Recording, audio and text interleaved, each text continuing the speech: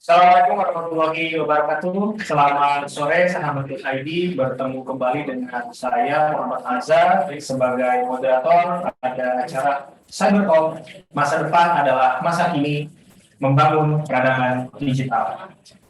Bersama-sama kita pada sore hari ini akan mengupas mengenai apa itu peradaban digital dan bagaimana peradaban digital kemudian lahir dan tumbuh di Indonesia, ya. Bersama kita pada sore hari ini akan ada dua narasumber hebat yang punya banyak pengalaman serta punya banyak insight gitu ya untuk kita dengarkan pada sore hari ini. Yaitu yang pertama ada Bapak Dr. Insinyur Cahyana Ahmad Jayadi yang sudah hadir bersama saya di studio saat ini. Kemudian yang kedua ada Bapak Budiran Arjo PhD yang hadir bersama kita melalui Zoom meeting. Selamat sore Bapak-Bapak. Terima kasih sudah menyempatkan untuk hadir dalam acara Cybertalk hari ini, yaitu Cybertalk penutup akhir tahun. Yang mana Cybertalk ini merupakan kegiatan dari Spandi Institute yang sudah sering kita lakukan. Alhamdulillah sudah beberapa kali kita laksanakan dan Bapak-Bapak juga termasuk salah satu narasumber yang sering hadir gitu ya. Kami mengapresiasi sekali untuk kehadiran Bapak-Bapak dan sumbangsi Bapak-Bapak gitu ya, Anda pada Institute. Nah, mengenai tema kita pada sore hari ini yaitu membangun peradaban digital. Peradaban digital kalimat yang terdiri dari dua kata, yaitu peradaban dan digital.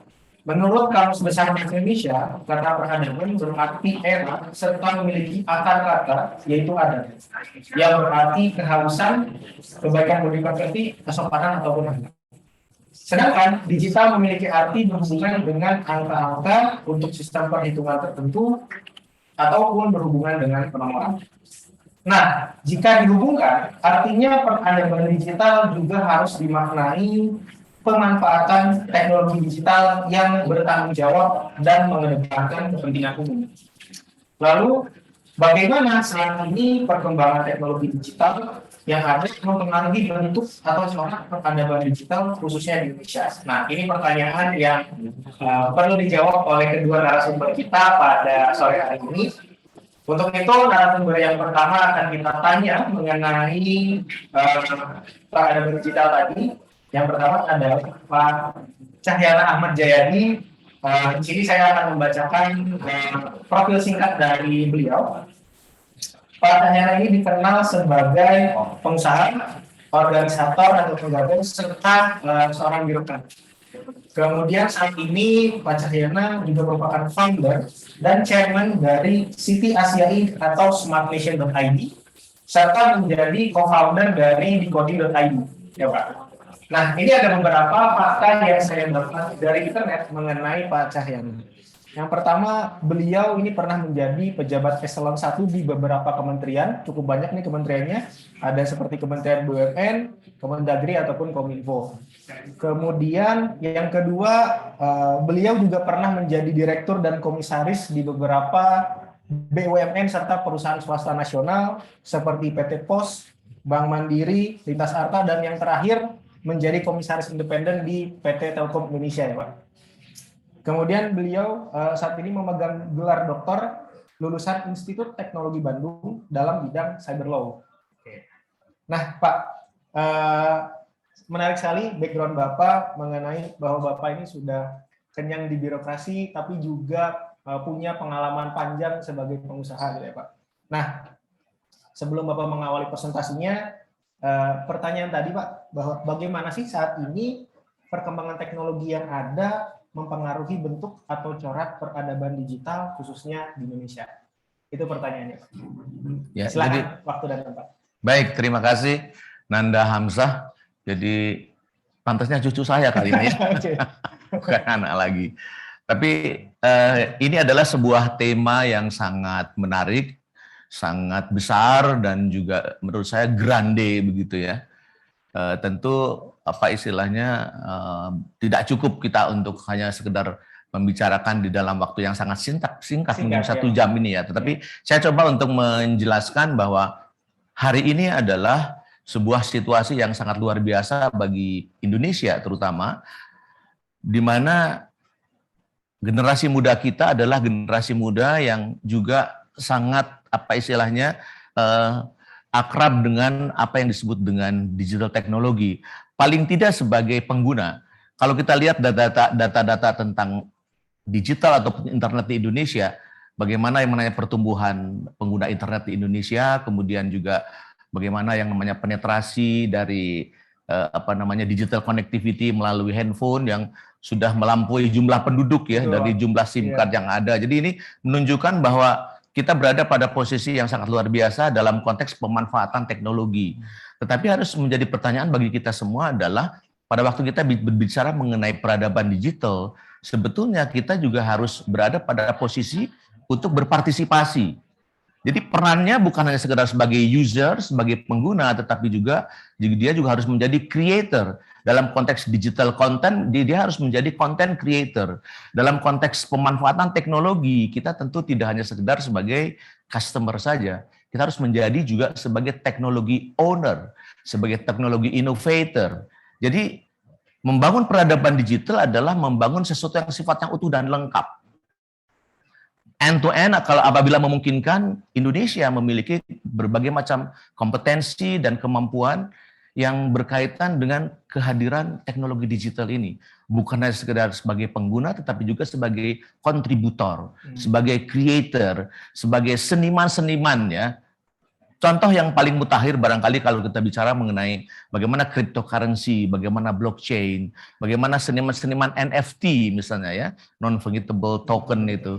Orang-orang Indonesia banyak sekali, bahkan kalau kita lihat bagaimana orang-orang yang pemain-pemain retail di dunia saham begitu ya, sekarang ini sudah kalah jumlahnya dengan orang-orang yang berinvestasi di dunia cryptocurrency, di dunia blockchain dan seterusnya. Jadi ini adalah sebuah tren yang sangat menarik. Nah, bagaimana potensi ini harus bisa kita olah sedemikian menjadi sesuatu yang memiliki nilai kemanfaatan, di mana posisi kita bukan hanya sekedar menjadi penonton ataupun pengguna, tetapi juga kita harus juga proaktif. Jadi di dalam konsep besar yang tadi ingin saya sampaikan nanti setelah ini, saya ingin memberikan sebuah gambaran apa sih sebetulnya hal-hal yang mau tidak mau harus kita lakukan agar supaya generasi muda kita, tadi terima kasih untuk Profesor Yudo sudah memberikan pengantar yang sangat baik, bagaimana bonus demografi di Indonesia ini itu juga sesuatu yang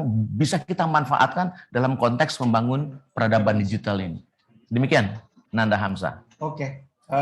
Menarik sekali dari jawaban pertanyaan tadi. Mungkin bisa kita kupas lebih jauh lagi melalui presentasi yang sudah disiapkan oleh Pak Cahyana ya, karena saya lihat presentasinya juga cukup menarik dan ini perlu juga diketahui oleh teman-teman sahabat ID yang ada di YouTube maupun di Zoom nih, Pak. Ya.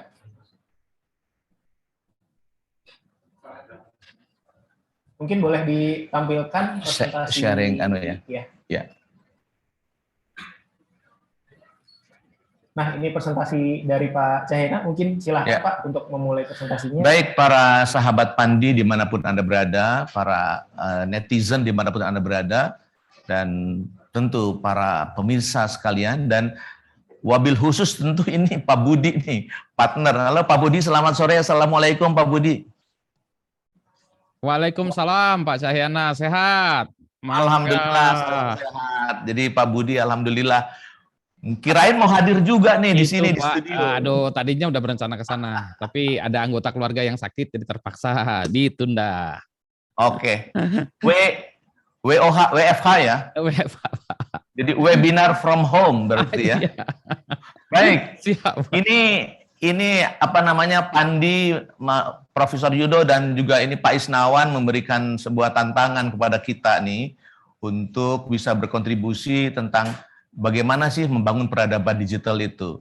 Saya ingin sharing satu framework yang ingin saya jelaskan lebih lanjut. Silakan slide berikut. Jadi, nah ini framework adalah. Jadi paling atas itu ada tulisan yang sengaja saya cari sebuah istilah yang tepat. Tulisannya adalah Colosseum of Digital Civilization. Jadi saya tidak bicara mengenai, memang gambarnya seperti sebuah rumah begitu ya, rumah peradaban digital, tetapi saya menggunakan istilah kolosum. Kolosium adalah sebuah tempat yang dibangun pada abad pertama ya di kerajaan Romawi dulu. Dia adalah sebuah arena tempat orang berinteraksi, tempat orang berkompetisi, tempat orang untuk melakukan kegiatan-kegiatan aktivitas sesuai dengan perkembangan zaman pada waktu itu. Jadi kolosum adalah sebuah arena besar sebuah tempat. Jadi peradaban adalah sebuah tatanan. Jadi sebuah tatanan sosial, sebuah tatanan ekonomi, sebuah tatanan digital, ya, di mana para pelakunya di situ berinteraksi, berkompetisi, kemudian tentu memanfaatkan keberadaan arena tersebut untuk mendukung aktivitasnya. Jadi ini adalah seperti sebuah bangunan begitu ya. Jadi yang berupa atap itu adalah digitopia. Jadi digital utopia. Digital utopia adalah sebuah kondisi ideal. Sebuah kondisi ideal di mana masyarakatnya merupakan sebuah masyarakat yang memiliki paling tidak 3 hal. Pertama adalah mereka yang memiliki komitmen bagaimana mendukung peradaban digital ini, atau hasil daripada bagaimana peradaban digital menghasilkan komitmen dari para warganya. Yang kedua tentu ketangguhan sebagai sebuah masyarakat yang dalam istilah di sini adalah resilience, ketahanan untuk bisa menghadapi berbagai macam konflik yang terjadi di arena digital utopia ini. Dan yang berikutnya adalah poin yang ketiga adalah bicara mengenai prosperity. Jadi harus membawa dampak kesejahteraan. Jadi bukan menjadi pelengkap penderita begitu ya kita sebagai sebuah warga, apalagi dengan bonus demografi tadi, tetapi kita menjadi warga juga yang menikmati kesejahteraan. Commitment, resilience, and prosperity adalah sebuah kondisi ideal bagaimana sebuah peradaban itu dibangun. Nah, bagaimana menuju ke sana itu tentu kita harus bicara mengenai pilar-pilarnya. Pilar yang utama adalah pilar teknologi. Di situ saya jelaskan mulai dari yang namanya Internet of Things, kemudian blockchain dan seterusnya, terakhir metaverse barangkali saya sebutkan di situ ya. Pilar pertama teknologi, dan pilar kedua adalah kita bicara mengenai collaboration. Collaboration ada istilah beberapa hal yang berkaitan dengan pentahelix ya. Sudah disebutkan, ada di situ ada academician, ada business, ada yang namanya government, ada yang namanya media, ada yang namanya community, dan tambah lagi plus satu yang disebut dengan net crowd ya. Kita sudah sangat luar biasa para pengguna internet di kita. Jadi dalam konteks kolaborasi ini mereka di situ. Teknologi kolaborasi, dan kemudian yang paling penting adalah pondasinya. Nah, pondasinya di sini adalah kita lihat bagaimana pilar tersebut berdiri di atas sebuah istilah yang disebut dengan social imperative. Social imperative ini bicara tentang yang disebut dengan laws. Tadi ada pertanyaan mengenai laws ya. Ada bicara mengenai etika dan juga bicara mengenai apa yang disebut dengan governance ya. Governance. Jadi tata kelola yang baik tentu saja. Jadi ini social imperative adalah sebuah tatanan sosial yang mau tidak mau harus ada gitu. Agar supaya tadi perkembangan teknologi maupun yang namanya kolaborasi yang dilaksanakan ini mampu mendukung menghasilkan sebuah digital utopia tadi. Nah, di bawahnya sebagai sebuah pondasi dari social imperative ini ada yang disebut dengan civilization infrastructure, digital platform ya. Dan yang paling utama mau tidak mau ini adalah yang paling utama yang akan menentukan apakah kita berhasil membangun apa yang disebut dengan digitopia tadi. Itu yang disebut dengan talent ya. Jadi tech talents ya, bukan hanya sekedar digital talent tetapi tech talents. Ada inovator di situ dan sebagainya. Jadi talent inilah yang sangat luar biasa yang akan sangat menentukan bagaimana bangunan peradaban ini, kolosium ini bisa terbentuk dan terwujud kalau kita memiliki sebuah talenta seperti itu. Jadi ini adalah bagaimana kita membangun sebuah peradaban digital yang memiliki elemen-elemen yang utuh, sehingga di situ pada waktu kita bicara mengenai arena peradaban itu menjadi sesuatu. Dan yang paling utama kalau kita bicara perkembangan hari ini, tadi ditanyakan mengenai perkembangan digital hari ini, kita harus paham sekarang apa yang saya cantumkan di sini di tengah adalah yang disebut dengan AI. kecerdasan artifisial, begitu, kecerdasan buatan. Jadi ada istilah bahwa saat ini AI everywhere. AI itu ada di mana-mana begitu. Makanya di situ ada 4 elemen penting tuh. Jadi AI kita harus human centered. Jadi karena mengutamakan manusia, karena pelakunya kan manusia. Tadi Anda lihat, saya tunjukkan mengenai talenta tadi kan, itu hal yang sangat penting. Jadi AI ini yang sekarang ini berkembang dan disebut sebagai AI everywhere itu harus human centered, harus berfokus kepada kepentingan dan kebutuhan perkembangan manusia. Jadi jangan sampai dia berdiri sendiri. Jadi bicara teknologi itu juga tidak bisa sesuatu yang terpisah. Harus human centered. Yang kedua ada bicara mengenai algoritma ya, algoritma yang very smart. Jadi di sini ada algoritma yang memang sangat apa istilahnya menentukan bagaimana segala sesuatu. Terima kasih Pak Budi itu bicara algoritma kan, Anda sharing beberapa jam yang lalu ya, saya baca juga ini Pak Budi Raharjo ya, bahwa code is law. Code adalah aturan main. Terima kasih menginspirasi itu. Jadi salah satunya adalah bagaimana algoritma ini akan sangat menentukan. Kemudian juga kalau kita bicara mengenai data yang sekarang terjadi di mana-mana. Dengan Internet of Things, tiba-tiba dengan data ada di mana-mana bisa kita kumpulkan. Ya. Jadi dengan data seperti begitu, data itu bukan hanya sekedar data. Data harus kita bisa konversi dari data menjadi information, memiliki karakteristik tentu saja. Dari information kemudian menjadi sebuah knowledge, dari knowledge menjadi sebuah insight, dan dari insight menjadi wisdom. Jadi data sebagai sebuah masukan untuk pengambilan keputusan harus memiliki kualitas yang setara dengan tadi kata-kata wisdom. Jadi dengan wisdom tersebut, insya Allah berbagai keputusan yang kita ambil akan bisa kita manfaatkan dengan sebaik-baiknya. Nah, jadi dari bangunan inilah sebetulnya saya ingin bicara bahwa sebuah peradaban digital bukanlah sebuah peradaban yang hanya sekedar sebuah istilah. Dia berada di dalam batasan ruang dan waktu, dan jangan lupa berada di Indonesia. Negara Kesatuan Republik Indonesia. Jadi karakteristik Indonesia dengan karakteristik teknologi, pola kolaborasi dan perkembangan yang sangat global seperti ini dengan platform-platform yang ada yang tatarannya bersifat mendunia seperti begini, bagaimana positioning Indonesia dalam memanfaatkan perkembangan peradaban digital ini. Dan dibutuhkanlah orang-orang yang bukan hanya sekedar memiliki kepakaran, disiplin-disiplin tertentu, tetapi juga punya kemampuan untuk sharing ya, dan juga mendidik seperti Pak Budi dengan saya belajar yang namanya code is law itu tadi. Demikian Hamzah yang ingin saya sampaikan. Oke, terima kasih Pak Cahyana atas paparan dari materinya. Ini menarik sekali. Tadi ada sebuah framework yang disampaikan oleh Pak Cahyana, yaitu Colosseum of Digital Civilization atau Colosseum peradaban digital gitu ya. Di mana di sini secara ideal bahwa peradaban digital itu menghasilkan sebuah tatanan yang kita sebut sebagai digitopia atau digital utopia.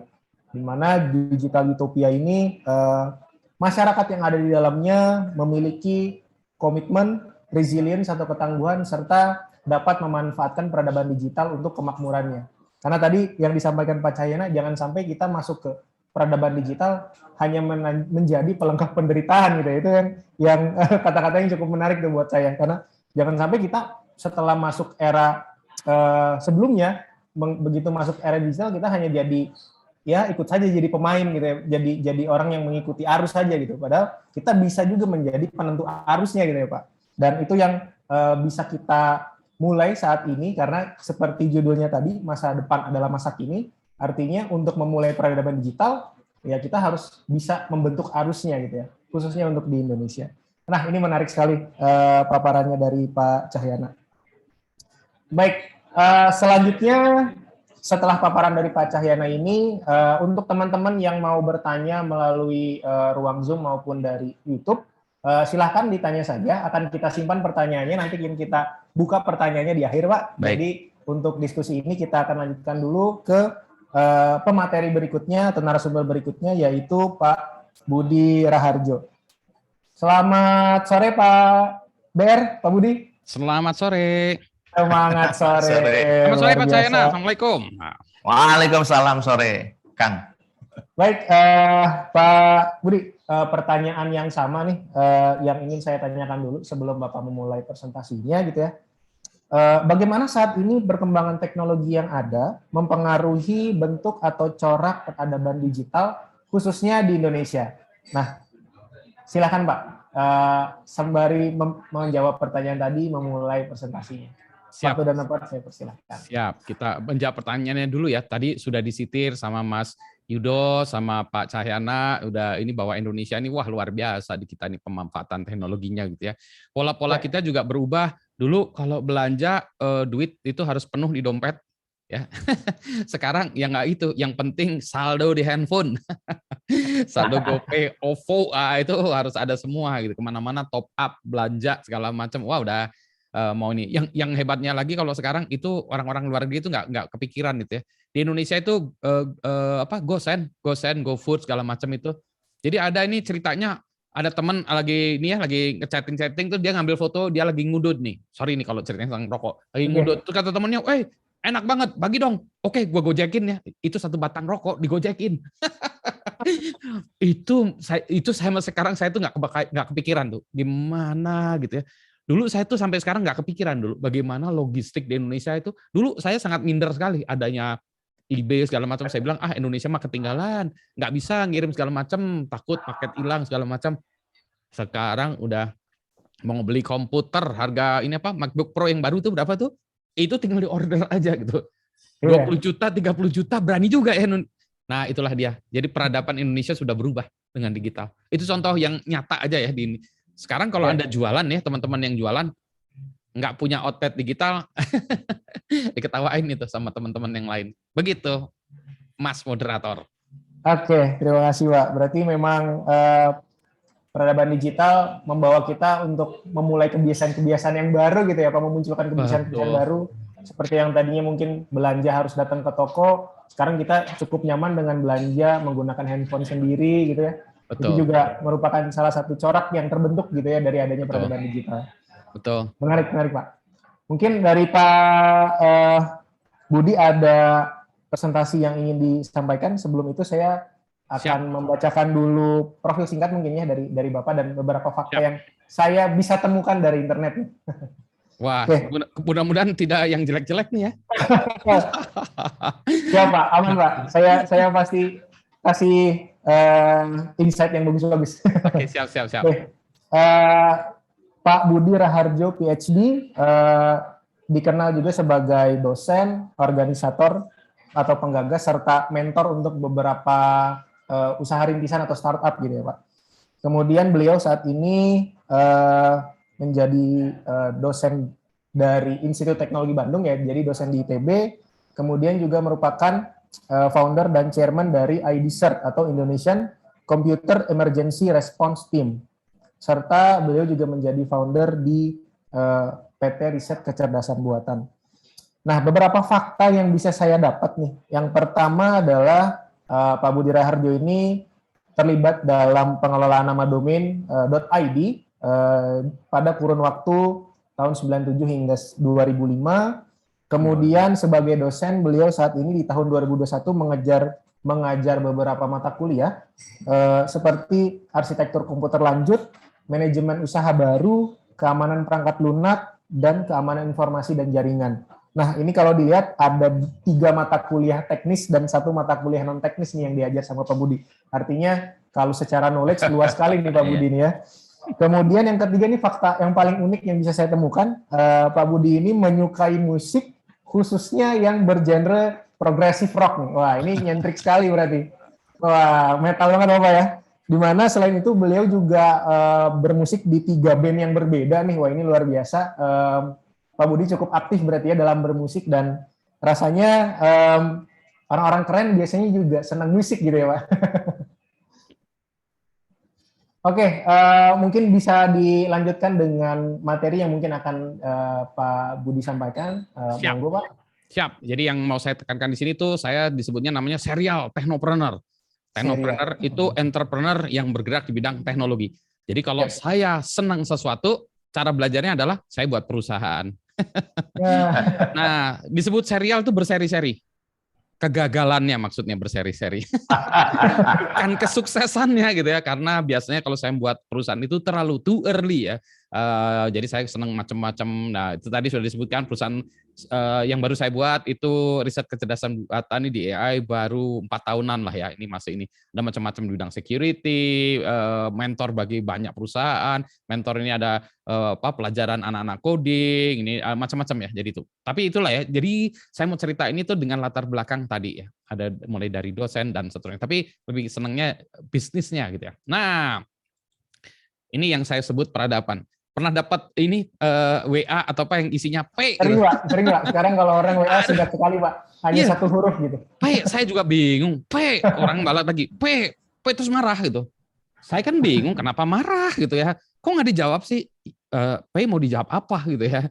Ternyata P itu katanya, saya juga nggak tahu nih. Tadinya P itu bawaan dari BlackBerry itu zamannya pink katanya. Oke, iya betul Pak. Itu. Terus kalau bahasa Sunda P itu adalah punten. Nah, punten itu.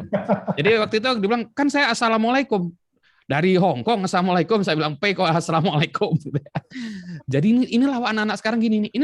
Ini komik beneran. Jadi ini ceritanya nih ada ini anak ini bilang, ini kan Pak Cahyana pasti nggak ngerti komiknya ini. Ini anak milenial. Dia bilang punten. Nah, terus katanya dibukain. Tuti ada gitu. Terus ini bilang Tuti lagi bobo. Oke, katanya. Gitu coba. Nah, inilah budaya sekarang yang budaya menggunakan teknologi digital, semuanya dipersingkat segala macam ya. Ini kalau kita ingin berkomunikasi dengan generasi sekarang ya gini. Pak, kalau susah, kalau kita nggak nyambung antara saya dengan Pak Cahyana mungkin masuk segenerasi gitu ya.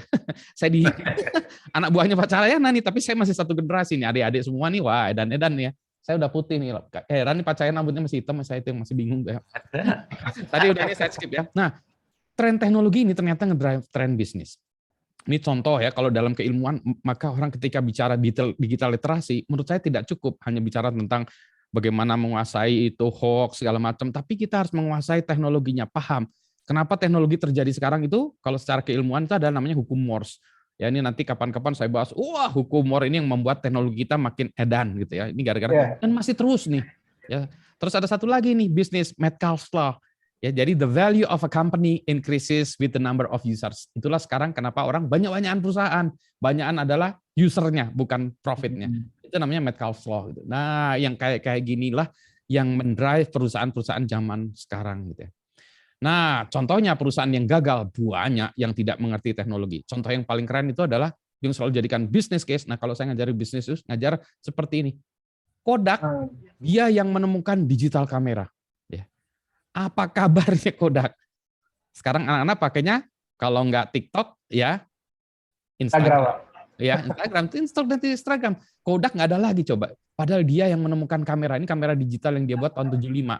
Tapi dia buat terus kemudian dia tutupin. Kenapa? Karena dia jagoan jualan ini film. Kalau zaman dulu kita kalau film ya belinya Kodak, terus nanti akhirnya Fuji ya. Tapi kalau di Amerika di mana Kodak ya, Kodak Moment ya semuanya. Jadi that's cute, but don't tell anyone about it gitu ya.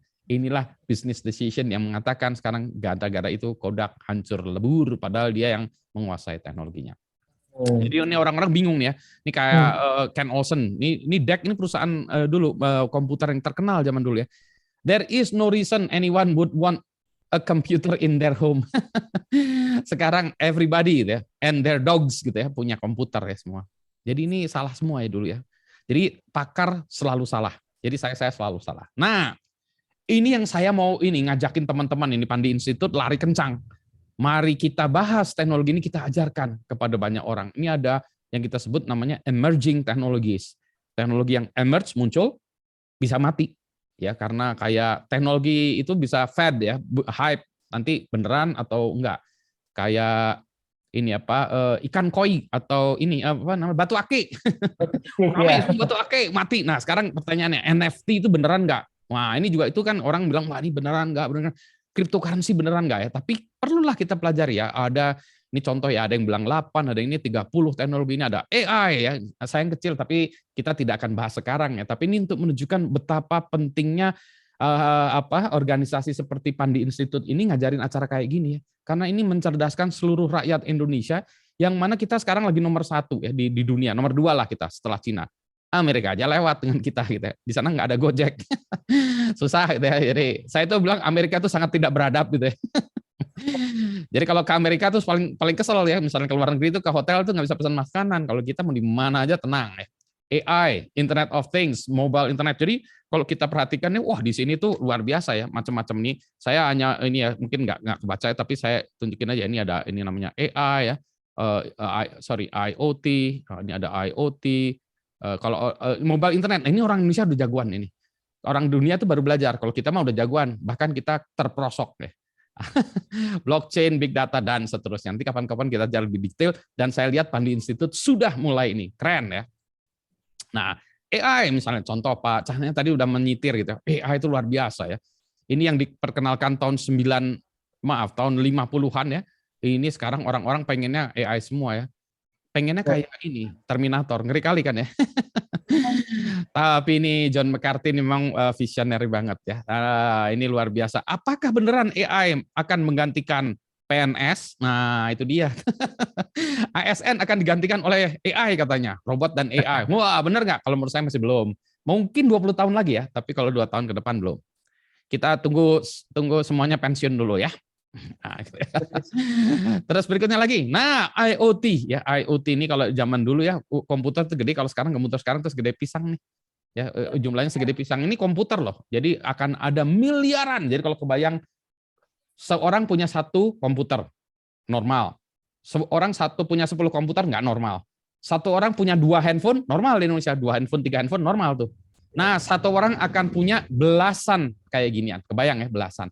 Di kacamata, di peci saya, di baju, udahlah ya. Ini the future is very bright for this. Tapi duitnya saya belum tahu ya.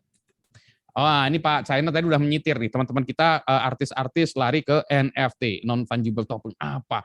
Cryptocurrency itu apa? Orang-orang pusing ya sekarang, ada yang nipu, ada yang apa, BI bingung ya, seluruh dunia bingung cryptocurrency, MUI bilang ini haram gitu ya, sebagai wah ini bingung kali ya. Jadi ini adalah tantangan-tantangan teknologi yang harus kita kuasai. Pak Cahyana sudah memberikan framework tadi cara berpikir. Saya lari ke bagian teknologinya aja. Ini baru satu aspek loh, baru kirinya aja belum yang kanannya gitu ya. Ini aja udah luar biasa. Ini hanya men-settingkan the stage-nya aja. Nah, data science rame-rame juga nih. Ini gabungan dari macam-macam nih ya. Kalau orang-orang yang ngerikan itu adalah kalau orang, ini lucunya nih. Di sini yang disebutnya namanya hacking skill, bukan computer science nih. Bukan tempatnya Prof Yudo gitu ya di sini. Kenapa? Tadi ngobrol dengan Mas moderator, dibilang, Pak Budi, perlukah ijazah sama sekolahan? Kayaknya anak-anak tuh sekarang lebih banyak sekolahannya tuh nggak usah tinggal baca buku, atau langsung kuliah di coding aja lah, nggak usah kuliah-kuliah di ITB, ngapain, di coding aja selesai. Realitinya begitu nih. Yang di sini disebutnya hacking skill, bukan CS. Nah, tapi saya bisa jelaskan lainnya. Nah, machine learning itu di sini ya, dan mana-mana, dan data science ketiga ini ya. Ngeri kali ya, susah sekarang hati ya ininya. Tapi nanti kapan-kapan ya kita bahas lebih detailnya. Nah, saya pengen nutup aja sih sebetulnya. Saya senang dengan judulnya ya, masa depan adalah kini ya. Saya tuh kalau ketemu dengan orang-orang tuh iri di dunia lain ya, karena kita orang-orang kita ini we are in the right place, yaitu di Indonesia, in the right time. Now, yang mana adopsi teknologi kita itu yang tertinggi setelah Cina mungkin ya. Selain itu nggak ada lagi di dunia ini. Orang membuat investment ini aplikasi segala macam pasarnya gede. Singapura itu cuma 5 juta, Indonesia 200 juta. Itu berkali-kali lipat ya, kalau buat aplikasi dipakai seluruh orang Singapura itu sama mungkin dipakai di Cimahi gitu kalau bandingannya. Kebayang kayak demikian kecilnya gitu ya. Not real, ini nggak penting-penting amat Singapura itu. Itulah sebabnya kita harus kuasai ini sebelum dikuasai orang lain. Saya itu mau tutup mulut supaya orang-orang Google, Facebook tuh nggak tahu malah. Jangan tahu demikian besar pasarnya. Ini pasarnya pasar kita. Jangan Google yang ngambil alih, jangan Facebook yang ngambil alih, jangan Instagram yang ngambil alih, jangan ByteDance dengan TikToknya. Ini adalah pasar kita. Tadi Pak Cahyana udah bilang, kita jadi player gitu. Nah, inilah dia ya. Dan saya ini kaitkan dengan masa depan ala kini tuh saya selalu dengar ini ada lirik-lirik lagu ya yang dia bercerita tentang we have to do it now. Kenapa? Because time is running out. Begitulah presentasi saya. Terima kasih. Saya kembalikan ke moderator. Assalamualaikum. Waalaikumsalam wabarakatuh. Terima kasih Pak Budi Raharjo atas presentasinya tadi luar biasa, membuka diskusi nih ya mengenai materi-materi yang tadi juga disampaikan. Oke, tapi sebelum itu mungkin ada beberapa pertanyaan yang sudah masuk. Kita mungkin bisa sambil tanya, buka dulu pertanyaannya gitu ya. Boleh dibantu? Tampilkan Iya, settingnya. Mas operator, boleh minta tolong ya?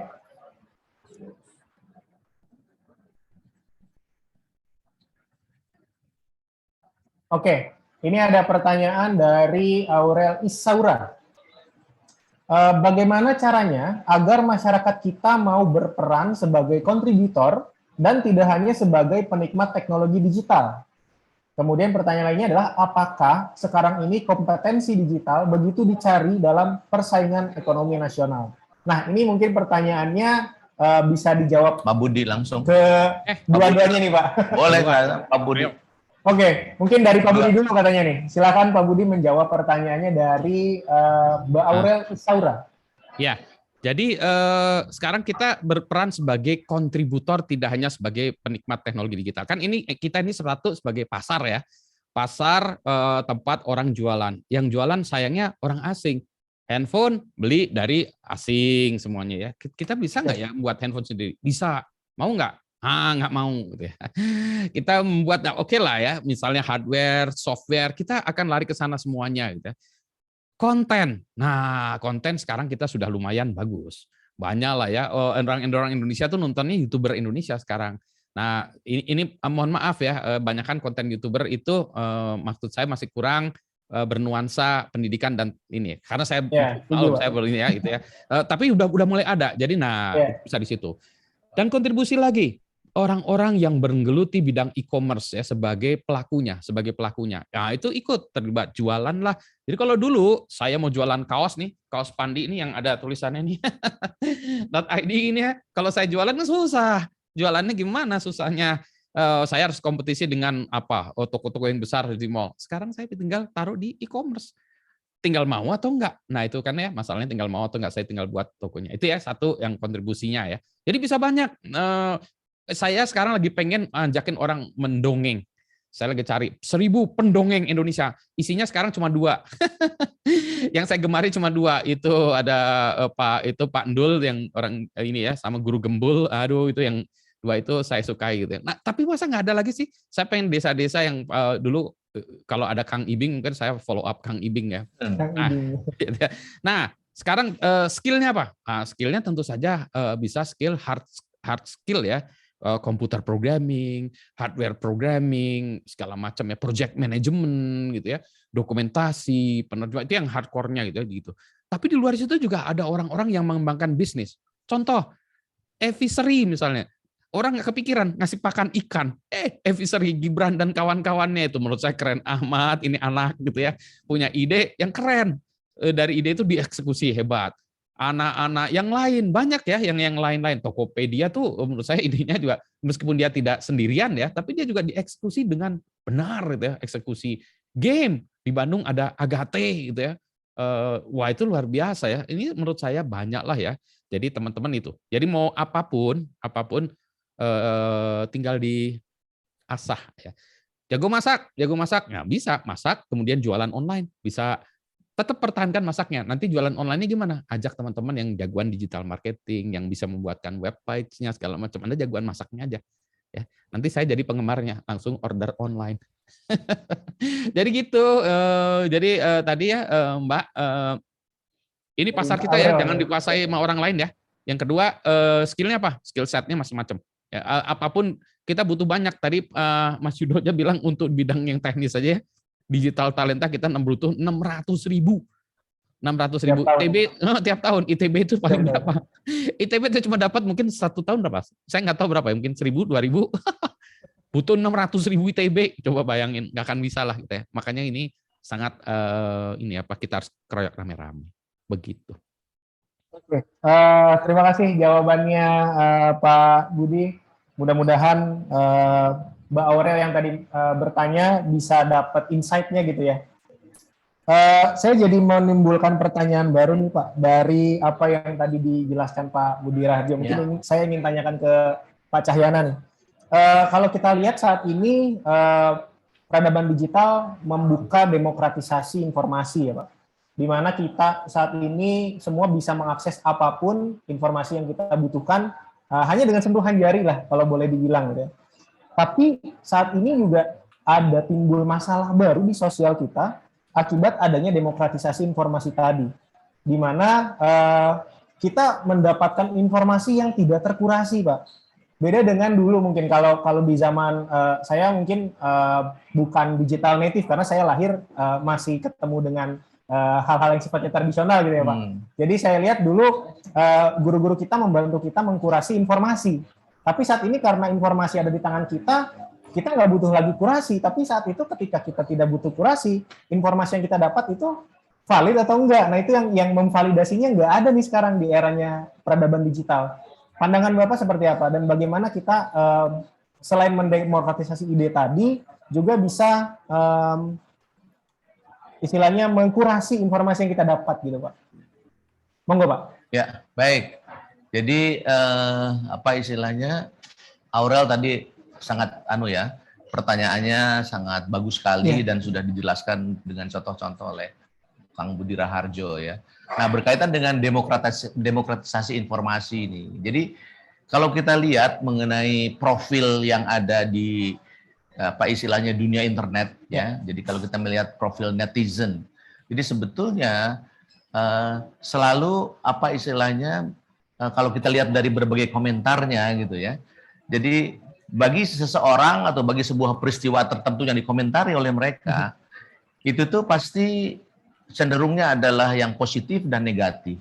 Jadi bagi orang-orang yang mengomentari seseorang misalnya, apakah dia berada pada posisi dengan atribut haters atau lovers, gitu ya. Jadi itu adalah sebuah realita yang tidak bisa kita hindari gitu ya. Nah, sebetulnya kalau kita bicara mengenai apa yang saat ini kita hadapi, sebetulnya membuat orang memiliki keleluasaan untuk mengekspresikan, untuk mengomentari, untuk ngomong dan segala macam. Bahkan muncullah yang disebut dengan hoax dan segala macam itu kan. Karena apa? Karena dia merasa dia kan hanya berhubungan dengan mesin begitu. Sesuatu yang tidak apa istilahnya langsung bertatap muka dengan dia yang mungkin apa istilahnya body language-nya bisa kita baca begitu. Wong hanya berhubungan dengan sebuah perangkat kok. Nah, ini harus ada sebuah kesadaran, makanya di dalam tadi sosial imperatif yang saya sebutkan tadi ya, dia merupakan sebuah keharusan bagaimana perkembangan teknologi ini berada di dalam sebuah pondasi yang kokoh. Pondasi yang kokoh itu apa? Jadi memahami betul apa yang disebut dengan privacy, memahami yang disebut dengan security, dan harus disadari bahwa di dunia internet adalah public domain sebetulnya.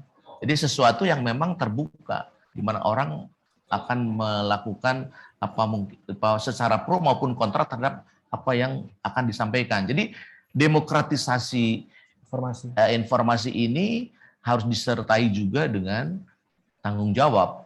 Makanya harus selalu ada sebuah apa istilahnya reserve ya dari setiap orang sebelum kita mengklik sesuatu harus dipikirkan dulu.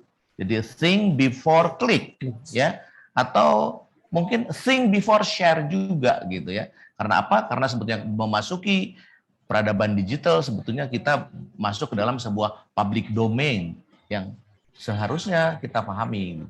Oke. Artinya mengenai tadi demokratisasi informasi yang dibutuhkan oleh masyarakat kita agar tidak terjebak gitu ya dalam situasi bahwa informasi ini sifatnya malah jadi hoax gitu ya, adalah kita perlu berpikir terlebih dahulu sebelum membagikan, karena sekarang kan informasi sangat mudah gitu ya, satu jentikan jari informasi bisa tersebar ke semua platform gitu ya. Tapi ada satu mekanisme yang harus kita punya gitu ya Pak, seperti yang tadi Pak Cahya bilang bahwa kita harus punya mekanisme untuk berpikir sebelum kita membagikan, karena ya kembali lagi peradaban digital harus dibangun untuk kemanfaatan bersama ya Pak ya.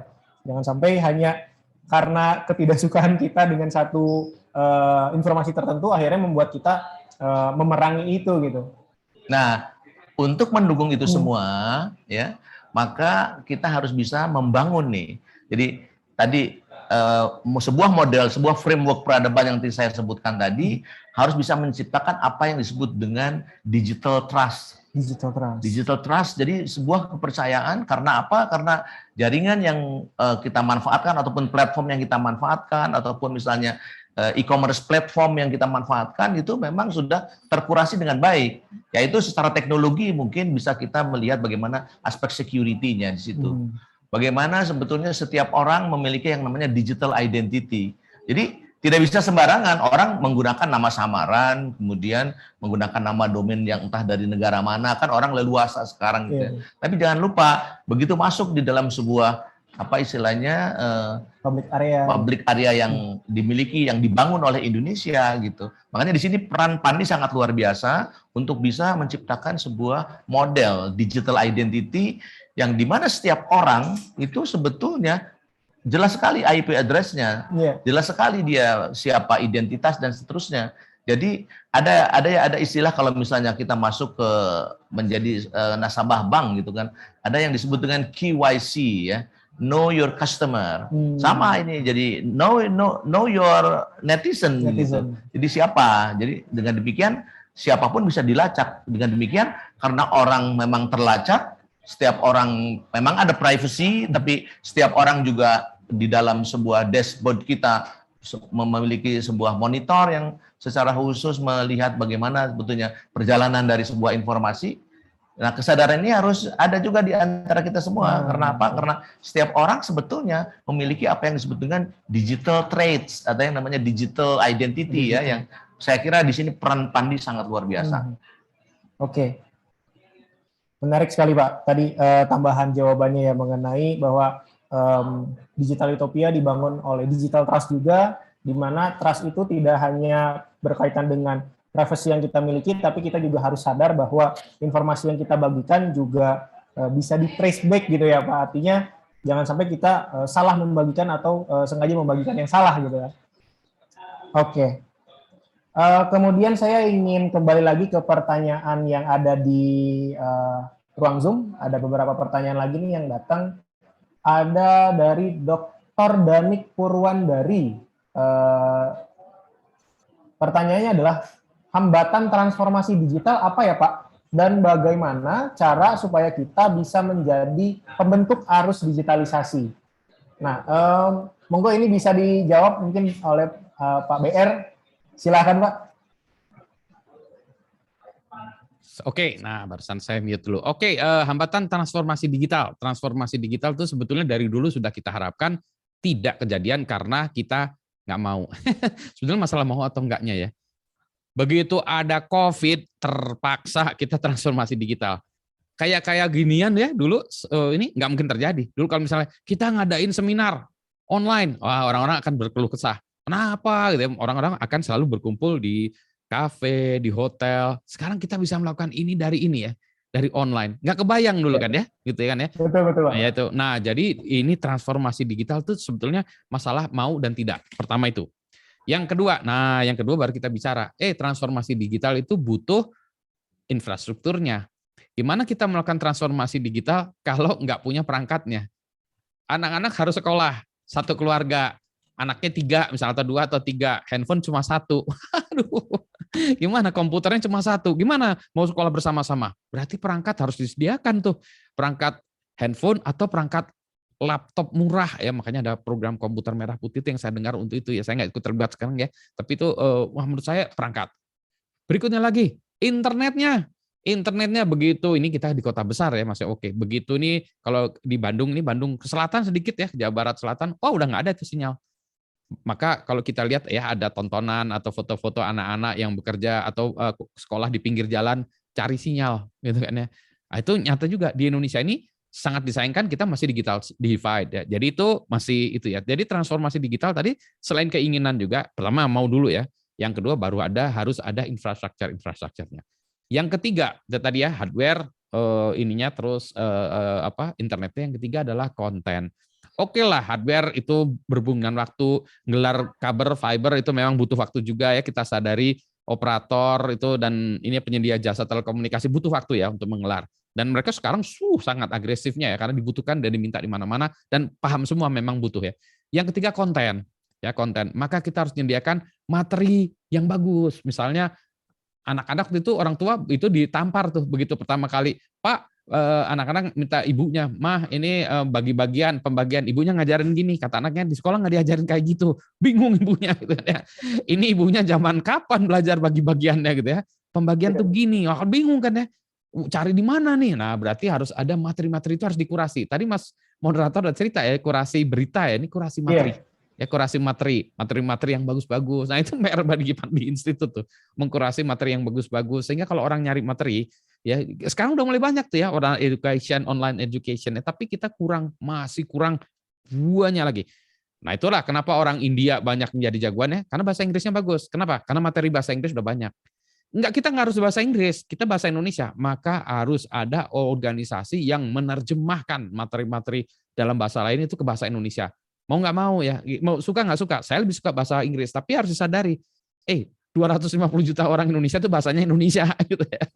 Jadi nah itu yang ketiga ini yang menurut saya kita harus kontribusi. Jadi itu tadi hambatannya. Tadi pertanyaan kedua apa?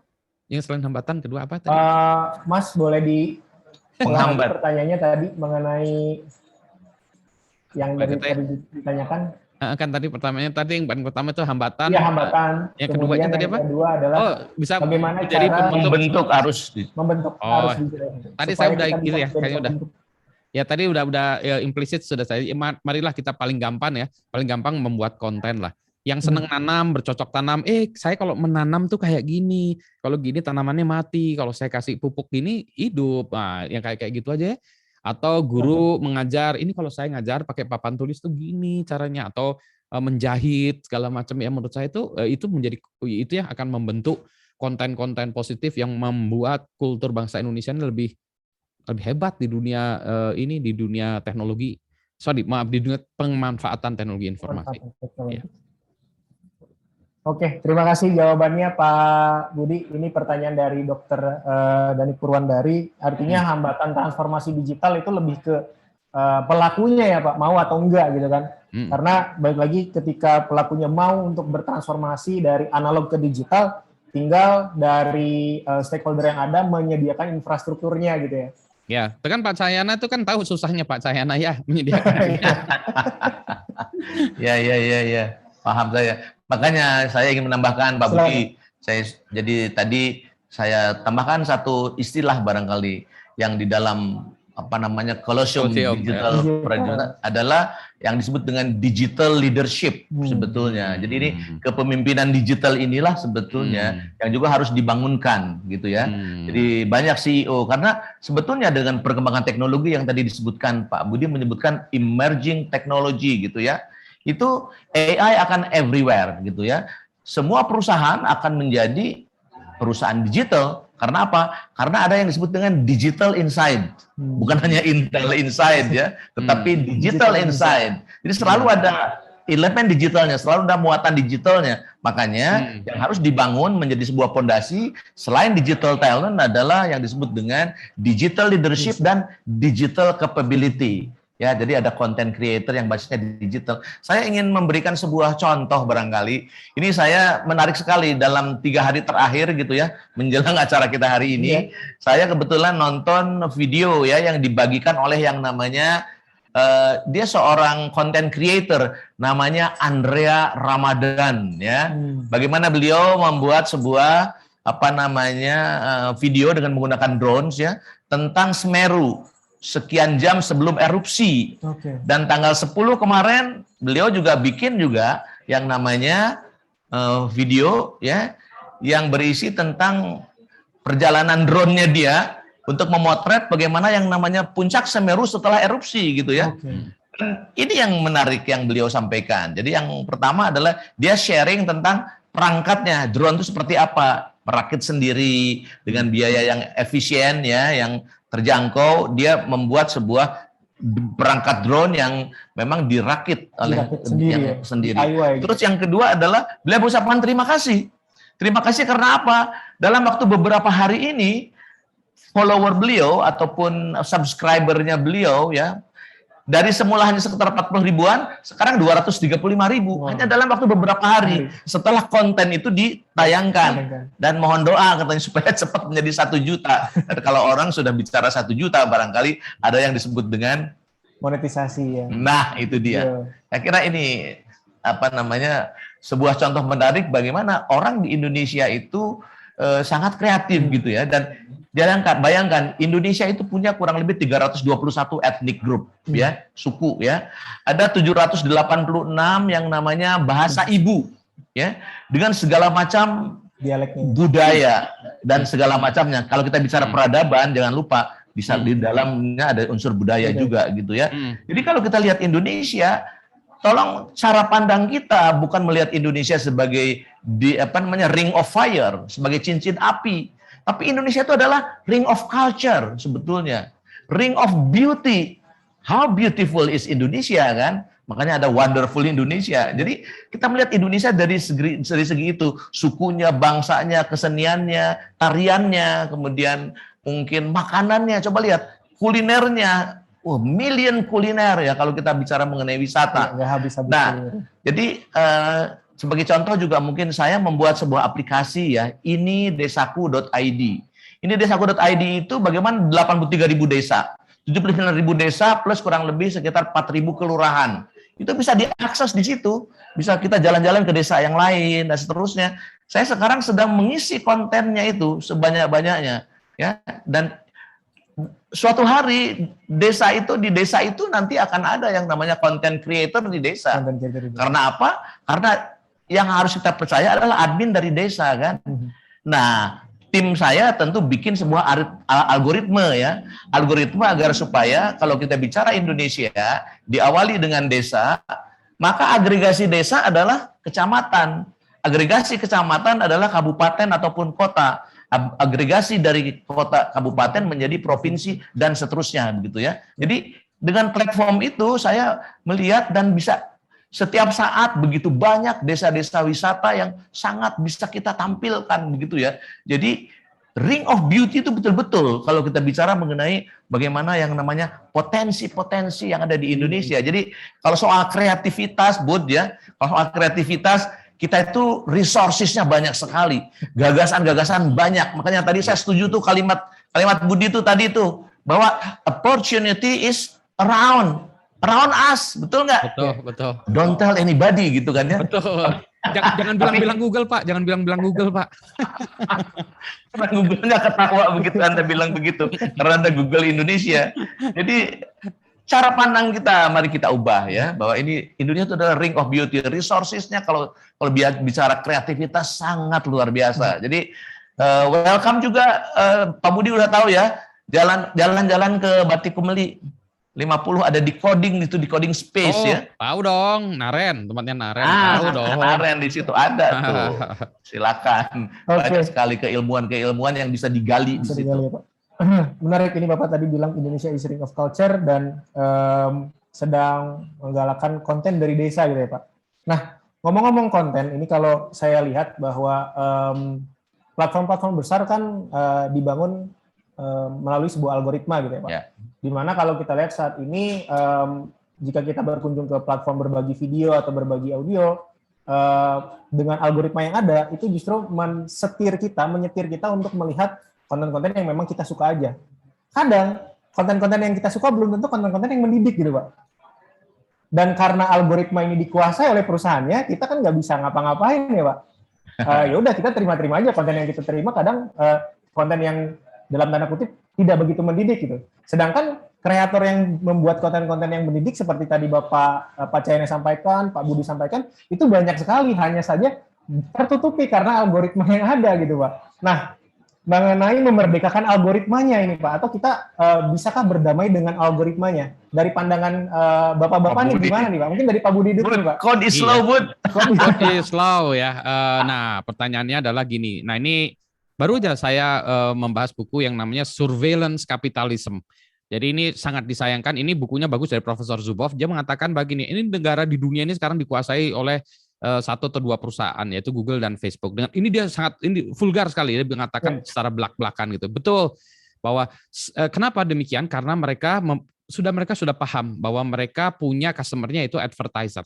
Paham itu. Sehingga apapun digunakan untuk menjual tadi yang dicari oleh advertiser. Selama insentifnya masih itu, maka algoritmanya akan tetap seperti itu. Gitu ya. Jadi akan tetap yang ini yang akan ketenaran. Jadi misalnya yang paling ngetop di Indonesia saat ini adalah apalah gitu ya. Oh itulah kalau sekarang kalau saya bacaannya tuh VOB ya, Voice of Baceprot ya. Yang lain kan nggak tahu ya itu pemain band dari Garut pemain band dari Garut dari Garut Pak. Garut ya itu ya. Nah itu kan keren tuh Pak. Nah itu kan misalnya gitu ya. Nah itu yang mari kita ini kan. Nah caranya adalah bagaimana? Oh orang-orang mencoba mengakali algoritma itu ya. Tapi menurut saya sampai saat belum. Nah solusinya seperti apa? Ini orang-orang di dunia masih mencari. Profesor Zuboff juga mengkritisi itu. Tapi kalau ditanya solusinya apa kita belum tahu. Jadi terus terang kita pun belum tahu ya karena memang inilah itu tapi kita perlu paham dulu. Ini kita ditempeleng dulu lah ya. Jadi misalnya sebagai contoh begini. Zaman dulu orang-orang membangun orang-orang ini mohon maaf nih saya misalnya orang-orang Amerika datang ke tanah Amerika sana. Dia bilang, ini tanah punya saya gitu. Kata orang Indian yang penduduk aslinya, kenapa kok jadi saya yang di sini karena yang tuan rumahnya jadi Anda ya. Dia pasang tancap bendera ini punya saya. Kenapa? Saya akan bangun tanah ini. Nah, gimana nih? Pembangunan memang dilakukan. Tapi penduduk lokalnya kan jadi tertekan gitu ya. Nah, tergeser. Nah, itu sama. Mereka akan membuat perbaikan jelas. Kita kan senang ya, ada Google Maps, ada Google Search Engine, ada Gmail. Kan kita dibuai ya dengan itu semua. Tapi tanpa kita sadari kita sebagai penduduk Indian tadi. Kita nggak sadar bahwa kita sebenarnya lagi dieksploitasi. Nah, Profesor Zuboff bilang gitu. Kalau ditanya solusinya apa? Nah, mari kita secara bangsa seluruh dunia mencari solusi ke depannya memang kita harus bagaimana ini gitu ya. Jadi ini sekarang kalau dalam dulu tripartite gitu ya, ada pemerintah, ada bisnis, ada masyarakat. Sekarang negara di dunia ini dikuasai oleh bisnis, not even pemerintahan yang menguasai itu. Nah, menurutnya ini salah, harusnya tetap bertiga tuh. Tadi Pak Cahyana kan udah bilang tuh di situnya tadi ya. Kalau Pak Cahyana tadi ada pentahelix di situ ya. Sekarang di situ yang berkuasa adalah bisnis. Sorry to say. Ya, jadi itu realitasnya demikian. Jadi memang ya ke depannya, tapi kalau harusnya seperti gimana masih dicari. Itu diskusinya bisa lama tuh. Diskusinya bisa lama. Oke. Nah, jadi kalau itu memang tema yang akan datang boleh. Boleh, Pak. Mungkin teman-teman dari Pandini Institute bisa mengakomodir tema yang tadi ya. Untuk Cyber Talk berikutnya. Oke. Selanjutnya kita lihat lagi pertanyaan yang ada di kolom Zoom, Pak. Ini kalau saya lihat banyak sekali yang ingin bertanya nih. Oke, ini dari Mas Nawawi. Pertanyaannya ada dua nih. Yang pertama, seperti yang dipaparkan Bapak mengenai peradaban digital bukan hanya sekedar istilah belaka. Ini mungkin ke Pak Cahyana. Mohon penjelasannya, bagaimana cara masyarakat menengah ke bawah menyikapi perubahan yang serba digital. Kemudian yang kedua, apakah perkembangan teknologi sebagai bentuk aplikasi dari false positif atau benar-benar membuat manusia meninggalkan fase teologi dan metafisiko? Ini filosofi sekali. Pertanyaan yang kedua. Mungkin bisa dijawab dulu pertanyaan yang pertama, mungkin akan saya berikan ke Pak Cahyana. Seperti apa penjelasan bagaimana cara masyarakat menengah ke bawah menyikapi perubahan yang serba digital? Silakan, Pak. Mungkin slide yang ke-6 dari saya bisa di-share ya, supaya saya bisa menjelaskan kepada Pak Nawawi dan juga kepada para pemirsa sekalian ya tentang how to-nya. Jadi Pak Budi dengan saya tadi sudah menjelaskan mengenai apa itu yang disebut dengan peradaban digital ya. Jadi what-nya sudah ada. Kemudian why, mengapa seperti begitu, arti penting dan segala macamnya, kemanfaatan buat kita juga ada. Tetapi yang paling penting lagi adalah bagaimana how to-nya sebetulnya. Terus slide berikutnya, saya ingin memberikan ada dua diksi yang harus kita pahami. Terus lanjut. Nah, ini dia. Jadi inilah saya ingin menjelaskan bagaimana kita cara menyikapinya, bagaimana caranya agar supaya siapapun kita, termasuk kelompok menengah ke bawah, mampu memanfaatkan perubahan digital ini. Saya ingin memberikan sebuah istilah yang pertama adalah apa yang disebut dengan M3 dulu. M3. Jadi M3 itu adalah bagaimana di dalam sebuah tadi wujud peradaban itu ada 3M ya, bukan 3M prokes, 3M gitu ya. Tapi M3 ini adalah pertama adalah yang disebut dengan mulia. Jadi peradabannya harus peradaban mulia. ya. Yang kedua adalah mampu menciptakan sebuah kondisi di mana setiap orang merasa mapan. Mapan. Jadi mulia, mapan, dan kemudian bicara mengenai manfaat. Jadi mulia, mapan, dan manfaat gitu. Nah, mewujudkan itu tentu tidak gampang, tidak hanya sekedar istilah-istilah. Tadi kan framework saya menggambarkan seperti begitu dalam bentuk rumah gitu ataupun dalam bentuk kolosium ya, yang tadi saya jelaskan sebagai sebuah arena berinteraksi, arena berkompetisi, arena untuk berbisnis, arena untuk berbagai aktivitas dan sebagainya. Ada yang diksi berikutnya adalah M2. Jadi M2 adalah momento to movement, moment to movement. Jadi hari ini kita bicara momento sebetulnya. Ini momen kan? Ya. Webinar adalah momen. Diskusi ini itu adalah momen. Momen semuanya momen. Momen. Jadi momen itu adalah bicara diskusi, membicarakan sesuatu. Tapi yang penting kan tadi how to-nya itu. Jadi bagaimana dari momen menjadi movement. Movement adalah gerakan, sebuah aktivitas gitu loh. Jadi misalnya, saya tadi sudah disebutkan mengenai decoding ya, saya bersama-sama dengan Naren, bagaimana membangun yang namanya Decoding Academy. Hari ini sudah ada membernya sekitar 503.000. 503.000 seluruh Indonesia, ya mengcover kurang lebih sekitar 500 kota kabupaten. Wow. Yang sekarang sedang kuliah online di Decoding Academy sekitar 135.000 orang. Dan alumninya kurang lebih sekitar 65.000. Nah, modul-modul yang kita buat, tentu tadi Pak Budi, modulnya semuanya bahasa Indonesia. Kemudian ada mulai dari yang level gratis sampai dengan level berbayar. Tapi setiap modul yang kita buat, itu pasti dibicarakan modul itu bersama dengan teknologi ownernya, dengan prinsipalnya juga. Sehingga kalau orang-orang yang memang lulusan misalnya ahli-ahli Android dari decoding, dia certified. Karena apa?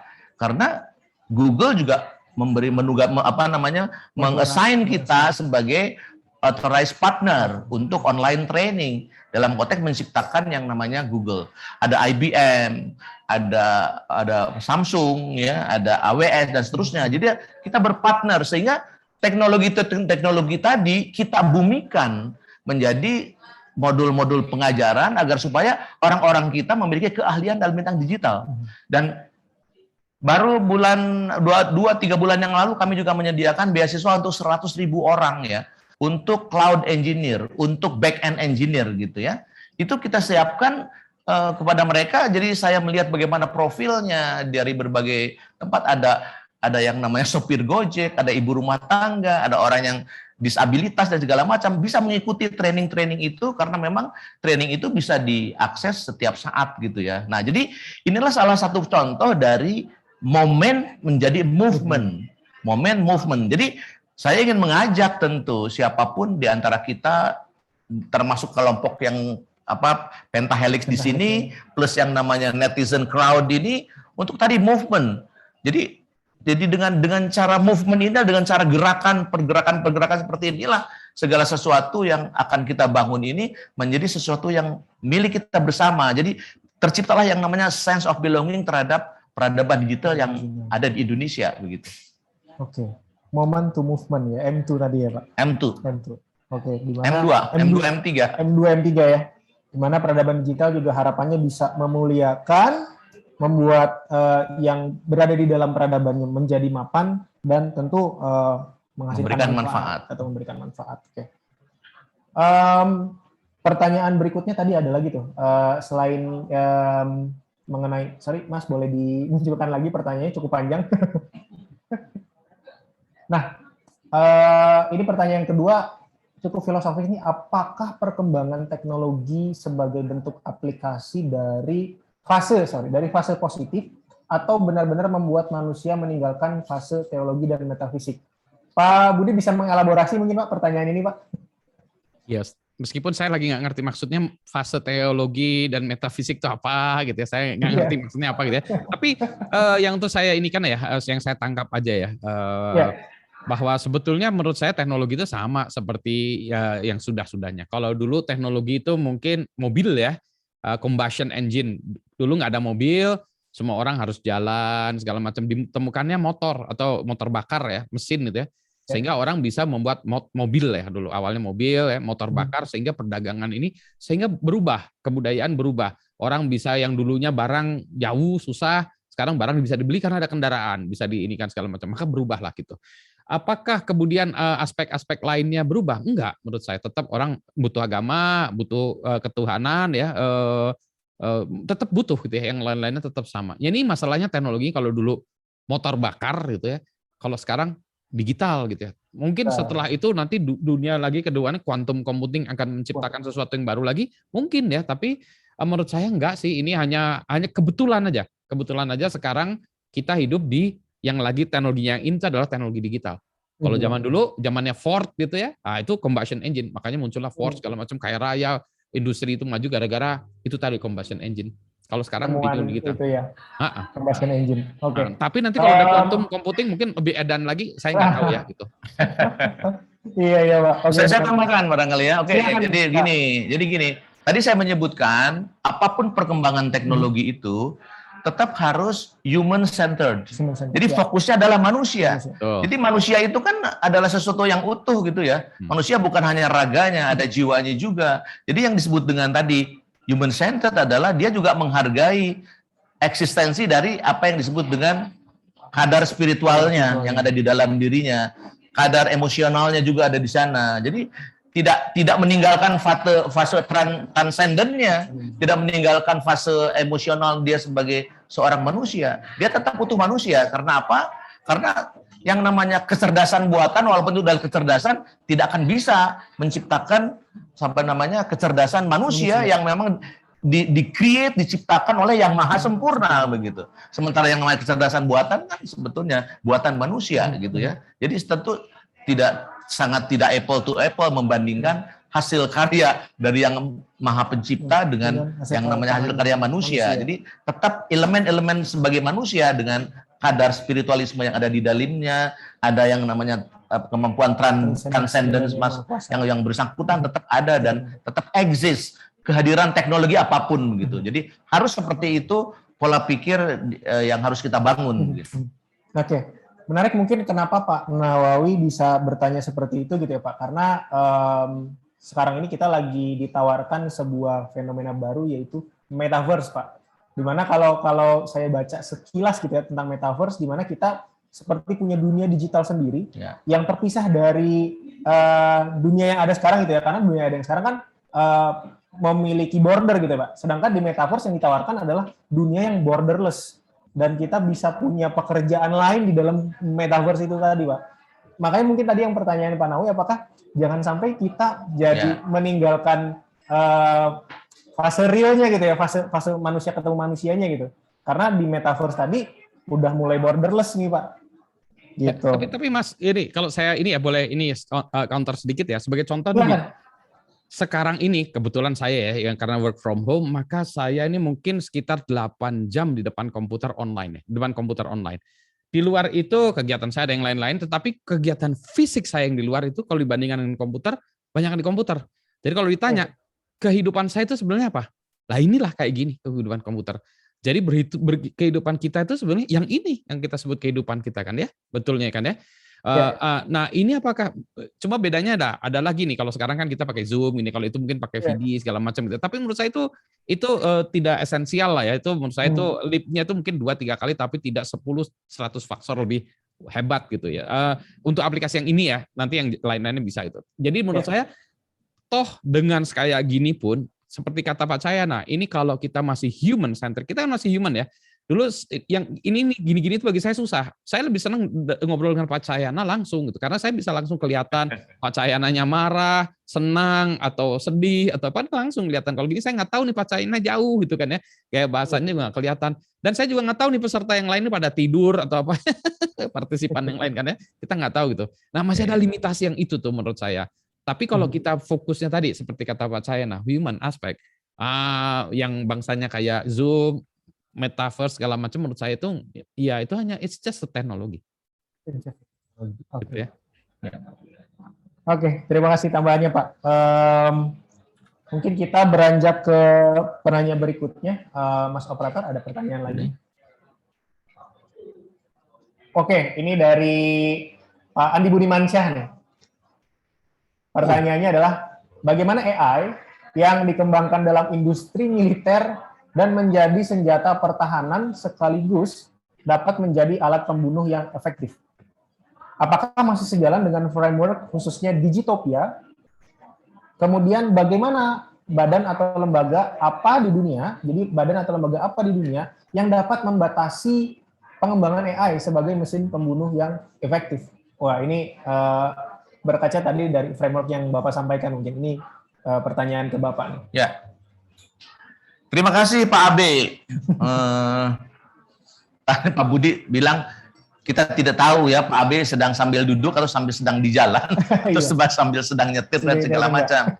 Tapi menurut saya begini, kalau dilihat dari framework yang tadi saya jelaskan, Anda lihat yang core yang di tengah, gitu ya. Silakan ditampilkan lagi core yang di tengah. Boleh di-share lagi. Ya, jadi yang di tengah itu ada yang namanya AI gitu. Karena AI itu AI everywhere sekarang.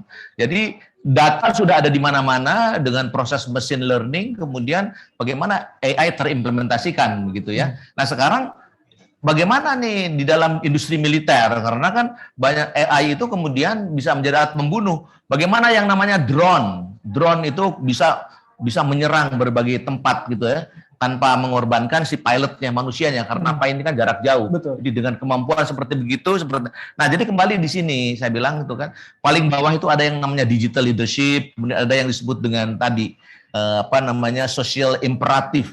Social imperatif adalah tatanan sosial yang tidak boleh tidak harus kita patuhi begitu loh. Kalau itu tidak dipatuhi, ya itu terdiri dari laws, ya, governance maupun etis tidak dipatuhi, maka perkembangan AI yang di tengah itu kemudian akan menjadi liar. Makanya saya batasi itu lingkarannya. Jadi selalu human centered, melihat dari sisi kemanusiaannya. Dari ke kanan juga ada yang namanya data to wisdom. Mengelola AI kan harus ada data, harus ada mempopulasikan dari data. Datanya harus menghasilkan knowledge, insight, dan kemudian juga wisdom. Harus ada di situ. Jadi tanpa itu semua, ya apapun perkembangan teknologi, mulai dari zaman batu sampai zaman sekarang, gitu ya. Kalau hal-hal seperti begini tidak dipatuhi, gitu ya, tentu akan menjadi sesuatu yang sia-sia, gitu ya. Jadi kemanfaatannya tidak ada, lebih banyak mudaratnya daripada kemanfaatannya. Nah ini juga dua yang lainnya. Sebelah kiri kan saya sudah bicara mengenai smart algorithm, ya. AI ada smart algorithm, ada kemudian sebelah kanan di atas adalah mulai dari industri to arena. Jadi industri militer misalnya di situ disebutkan sebagai contoh ya untuk menjelaskan kepada Pak Abe ya, Pak Andi Budimansyah, itu from industry to arena. Arena itu adalah sebuah ekosistem gitu. Jadi tidak melihat ansih industri militer. Jadi begitu industri militer dikembangkan, dia harus secara holistik mempertimbangkan apakah industri atau mesin pembunuh ini layak atau cocok tidak. Bahkan orang sudah mulai berpikir dengan kasus COVID sekarang ini ya. Kalau kita bicara industri militer yang sifatnya heavy technology gitu ya, itu pasti sangat mahal begitu kan. Ada operator yang mengelola ataupun secara remote dengan model drone begitu ya. Itu bisa secara jarak jauh. Tapi kalau kita bicara memperhatikan ekosistem, maka di situ ada berbagai macam pertimbangan. Mungkin senjata biologis seperti kita boleh melihat juga analisis dari pandangan yang lain bahwa COVID-19 itu sebetulnya juga bisa menjadi semacam sebagai ini senjata biologis. Senjata biologis yang jauh lebih murah gitu dibandingkan dengan yang namanya mesin pembunuh yang tadi. Tapi kembali, apapun sebetulnya teknologi yang ditemukan, apapun derajat kehancuran yang sebagai akibat dari munculnya teknologi seperti itu, tetap di situ harus ada yang disebut tadi human centered, ada social imperatif yang harus dipatuhi dan seterusnya. Tanpa itu semua akan terjadi sebuah situasi yang chaotic gitu ya. Nah, inilah barangkali dalam konteks Indonesia mari kita pelihara berbagai perubahan itu bisa kita tadi ada pertanyaan dari Pak Nawawi juga, berbagai perubahan itu tetap harus memiliki satu pakem-pakem, aturan-aturan. Makanya kenapa ada rancangan undang-undang tentang privacy dan sebagainya, itu adalah bagian dari mewujudkan yang namanya social imperatif ini. Oke. Saya mau nambah boleh ya? Silakan Pak, Dari silakan. Pak Chayanon itu ya. Jadi itu benar lah. Jadi kalau ini AI itu ada dua kubu orang-orang. Ada satu yang AI, bersemangat, satu ketakutan. Elon Musk termasuk yang ketakutan. Jadi dia bilang AI itu harus dikendalikan. AI itu nggak boleh dibiarkan gitu. AI itu bisa liar. Nah kalau Pak Cahyana tadi mengendalikan di tengah ya, AI yang gimana? AI yang human centered gitu ya. Yang itu yang harus diperhatikan. Jadi desainer AI harus memperhatikan aspek itu. Jadi tidak dibuat bahwa kalau kita bisa terus udah aja gitu. Enggak, harus pikirkan itu. Contoh nih. Contoh kalau kita membuat aplikasi yang berbasis AI, yang kecerdasan komputer segala macam harus ada, kalau menurut saya harus ada kill switch-nya untuk mematikan aplikasi segitu ya. Aplikasinya mati. Contoh yang paling kamu mati, saya mau override manual. Manusia lebih jago nih gitu ya. Kamu aplikasinya berhenti dulu. Contoh yang paling jelas itu yang dipakai software di pesawat terbang kan ya, yang kasus-kasus terakhir ini ya. Softwarenya itu mengatakan demikian, orangnya pilotnya bilang enggak, saya yang lebih berkuasa. Software bilang enggak, saya berkuasa. Software sama pilot kalah, menang software. Padahal yang benar pilotnya gitu ya. Nah ada kill switch-nya kita nggak tahu, itu terlalu susah segala macam ya. Padahal itu cuma switch mati gitu ya, habisnya bisa ditangkap over. Tapi karena kita nggak tahu ya. Nah tadi jadi desainer AI itu mesti sadar diri. Jadi saya juga tadinya termasuk yang saya tinggal buat, kan itu nggak jadi masalah. Itu sama orang buat peso ya. Buat peso juga harus hati-hati karena buat peso itu dikasihnya kan peso bisa dipakai anak-anak, bisa dipakai masak ya. Tapi yang buat peso juga bertanggung jawab gitu. Membuat bom atom juga nggak boleh seenaknya buat bom atom. Karena saya bisa buat bom atom, saya bilang, saya kan hanya developer bom atom, kan tergantung yang makainya. Nggak boleh bisa gitu ya. Developer juga harus tanggung jawab. Jadi saya sebagai developer, saya harus tanggung jawab. Kaidahnya apa? Mari kita sepakati. Human centered, kata Pak Cahyana tadi ya. Sadari dulu itu misalnya gitu. Nah, AI ini karena bisa jadi, misalnya tadi ya, kalau kita bicara pembunuhan itu kan bisa, yang itu tadi ya, Pak Cahyana menunjukkan biologis pakai COVID aja bebas semua, bebas terjun, bebas semua negara tuh ya. Ya. Tapi ada lagi yang lebih saya khawatir, misalnya dibujukin orang-orang tuh dengan konten sehingga orang-orang depresi, bunuh diri massal, nggak usah dibilang kasih konten gitu aja, tiba-tiba di sana kayak orang yang tiba-tiba bunuh diri massal ya karena dia patuh kepada quote unquote mungkin spiritual leadernya gitu kan ya. Itu kan siapa tahu bisa dilakukan seperti itu. Orang buat ini menjadi ini tokoh YouTube yang terkenal dengan pengikut 200 juta gitu ya. Terus dia bilang mari kita bunuh diri massal itu kan bisa kan ya. Ngeri kali itu kan ya. Jadi sebetulnya menurut saya ke depan itu betul yang gini-gini juga tetap harus kita awasi. Teknologi itu nggak sebebas-bebasnya juga pengembang teknologi itu. Anda harus paham bahwa pengembang teknologi, saya nih harus paham bahwa saya punya tanggung jawab. Human centered yang kata Pak Cahyana tadi. Oke. Yes.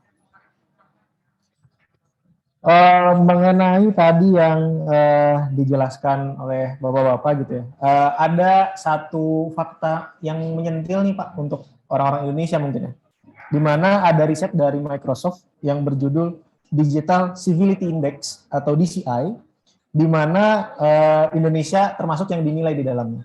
Dan nilainya adalah Indonesia berada di urutan ke-29 dari 32 negara yang disurvei untuk tingkat kesopanan.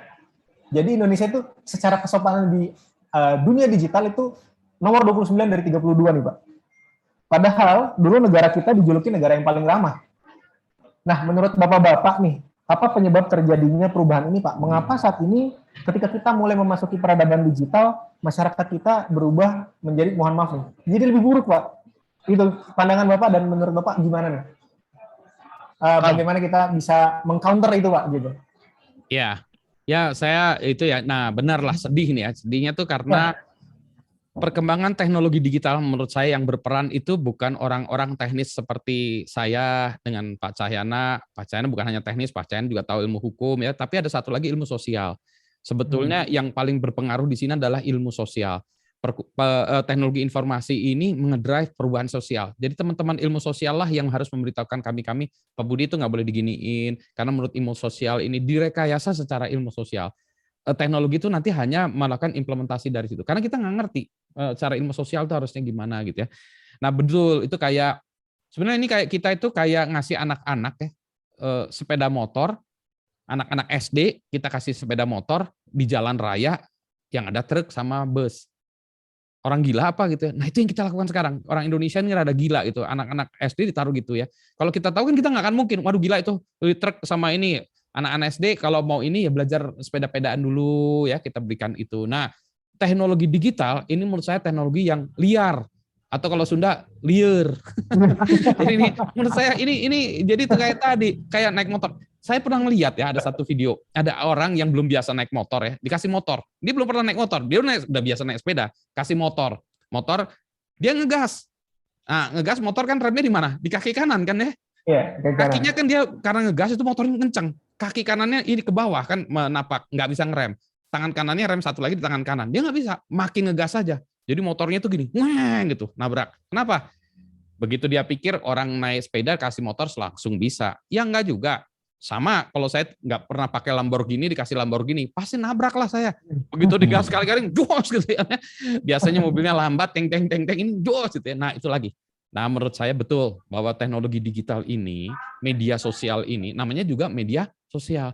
Tolonglah teman-teman ilmu sosial, tolonglah kendalikan kami ya, diatur gimana gitu ya, dengan policy, dengan apa. Kan itu kita bisa tata ya, jadi orang itu bisa direkayasa ya, dengan ilmu sosial gitu ya. Yang mana nanti implementasinya yang saya sebut code is law. Jadi implementasinya itu dikodekan dalam hal kode ya. Sehingga tapi yang ngasih tahu ini kodenya harus gini Pak Budi. Nah, itu adalah orang sosial itu. Saya nggak ngerti harusnya dikodekannya gimana. Sekarang kodenya karena dikodekan oleh orang teknologi yang mana semua bisa, maka kayak gini, pecah kadut, berbahaya menurut saya. Ini karena ketidakbertanggungjawabannya orang-orang teknologi kayak saya. Saya bisa buat aplikasi, suka-suka saya aja. Selama orang bisa mencerca orang lain, cerca orang lain. Selama saya bisa buat anonim gitu kan. Sebenarnya I can do it, why not gitu kan. Tapi orang sosial bilang, jangan gitu Pak. Kalau kayak gini ya, just because you can gitu ya. You should not do it gitu loh. Ya jadi itu. Nah, kalau saya gitu ya. Ini di pelajaran yang penting ya bagi kita sebagai negara yang kita ini ya, jatuh tertabrak gitu ya. Ini pelajaran penting bagi umat manusia di tempat lain ya, negara-negara lain. Kalau tadi lihat yang teknologi itu ya, yang saya sebutkan tadi emerging teknologi, media sosial itu kan sebagai emerging. Di negara lain itu masih emerging. Di kita udah jadi kenyataan, tapi jelek gitu. Jadi jelek. Kita bilang ke negara lain, jangan kayak gini, salah kita. Maka kita sekarang harus menata ulang. Menurut saya kita harus tata ulang, harus di sekolah diajarin gimana menggunakan handphone yang baik dan benar, gimana menggunakan SMS yang baik. Contoh, boleh nggak saya ngirim SMS ke Pak Cahyana jam 2 malam? Atau WA. Kan saya bilang, kan orang-orang nggak boleh. Kan nanti Pak Cahyana bisa bukanya nanti pagi. Tapi kan handphone di Pak Cahyana malam-malam itu tang-tung jam 2 kan ya. Bunyi kan ya. Menurut saya kalau mau besok pagi, ya besok pagi. Meskipun bisa ngirimnya sekarang. Ya kayak gitu kan ya. Nah hal-hal seperti itu harus diajarkan menurut saya. Itu nggak bisa kita menganggap bahwa semua orang kan tahu gitu. Enggak. Nah inilah peran-peran edukator-edukator ya.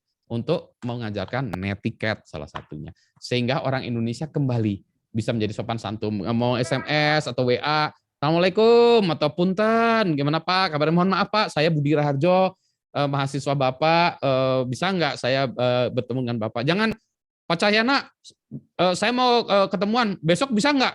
Huruf besar semua, tanda serunya 3.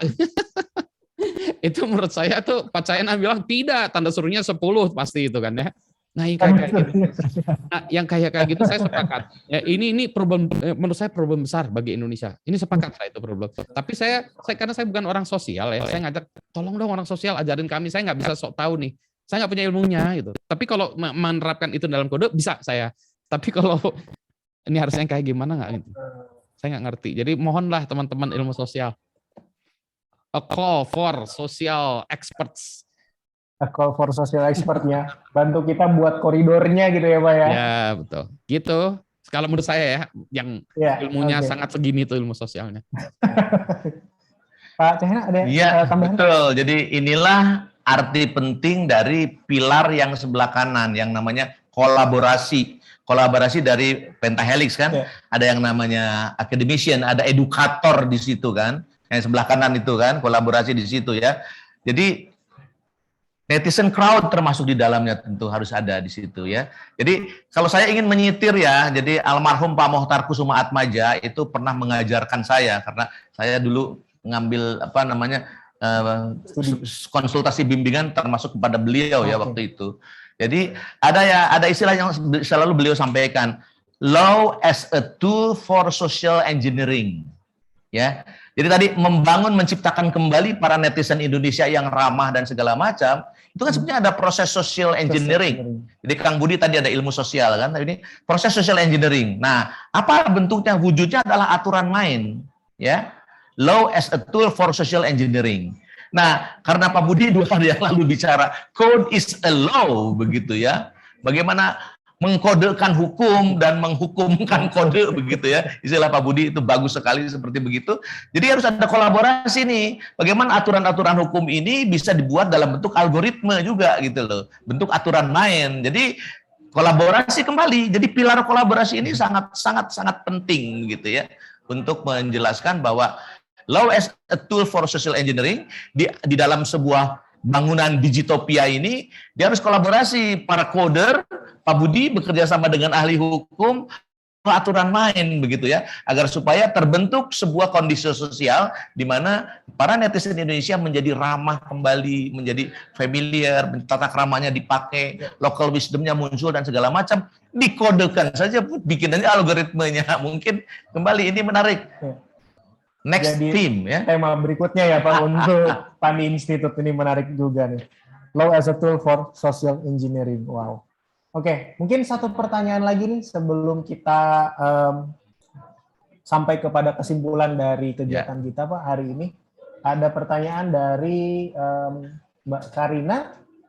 Bagaimana mental yang harus kita miliki untuk menghadapi peradaban digital? Serta apa saja batasan-batasan yang kita harus ketahui juga dalam menjalani peradaban digital. Nah, boleh Pak dijawab mungkin? Ya, baik. Pak Cahyana dulu mungkin Pak. Jadi mental ya, persiapan mental begini. Jadi ini menurut saya begini, peradaban digital itu ada sebuah istilah ya, telah menciptakan sebuah kondisi yang jauh menjadi dekat. Iya, paradoks ya, teknologi ya Pak. Paradoks ya, yang dekat menjadi jauh, begitu ya. Nah, sadari itu, jadi nggak bisa juga kita dengan yang jauh, kita punya WA group dengan berbagai macam teman-teman dan segala macam. Lupa di sebelah kiri ada keluarga kita yang butuh perhatian juga, gitu ya. Lupa tetangga kita dan segala macam. Jadi menurut saya kesadaran itu harus ada, mentality seperti begitu harus ada, gitu ya. Jadi ini yang harus tetap dipertahankan sebagai manusia yang bertetangga dan sebagainya. Jadi jangan sampai gara-gara media sosial menciptakan orang-orang yang ansos begitu ya. Jadi media sosial adalah media sosial sebetulnya, malah justru harus menjadi efektif.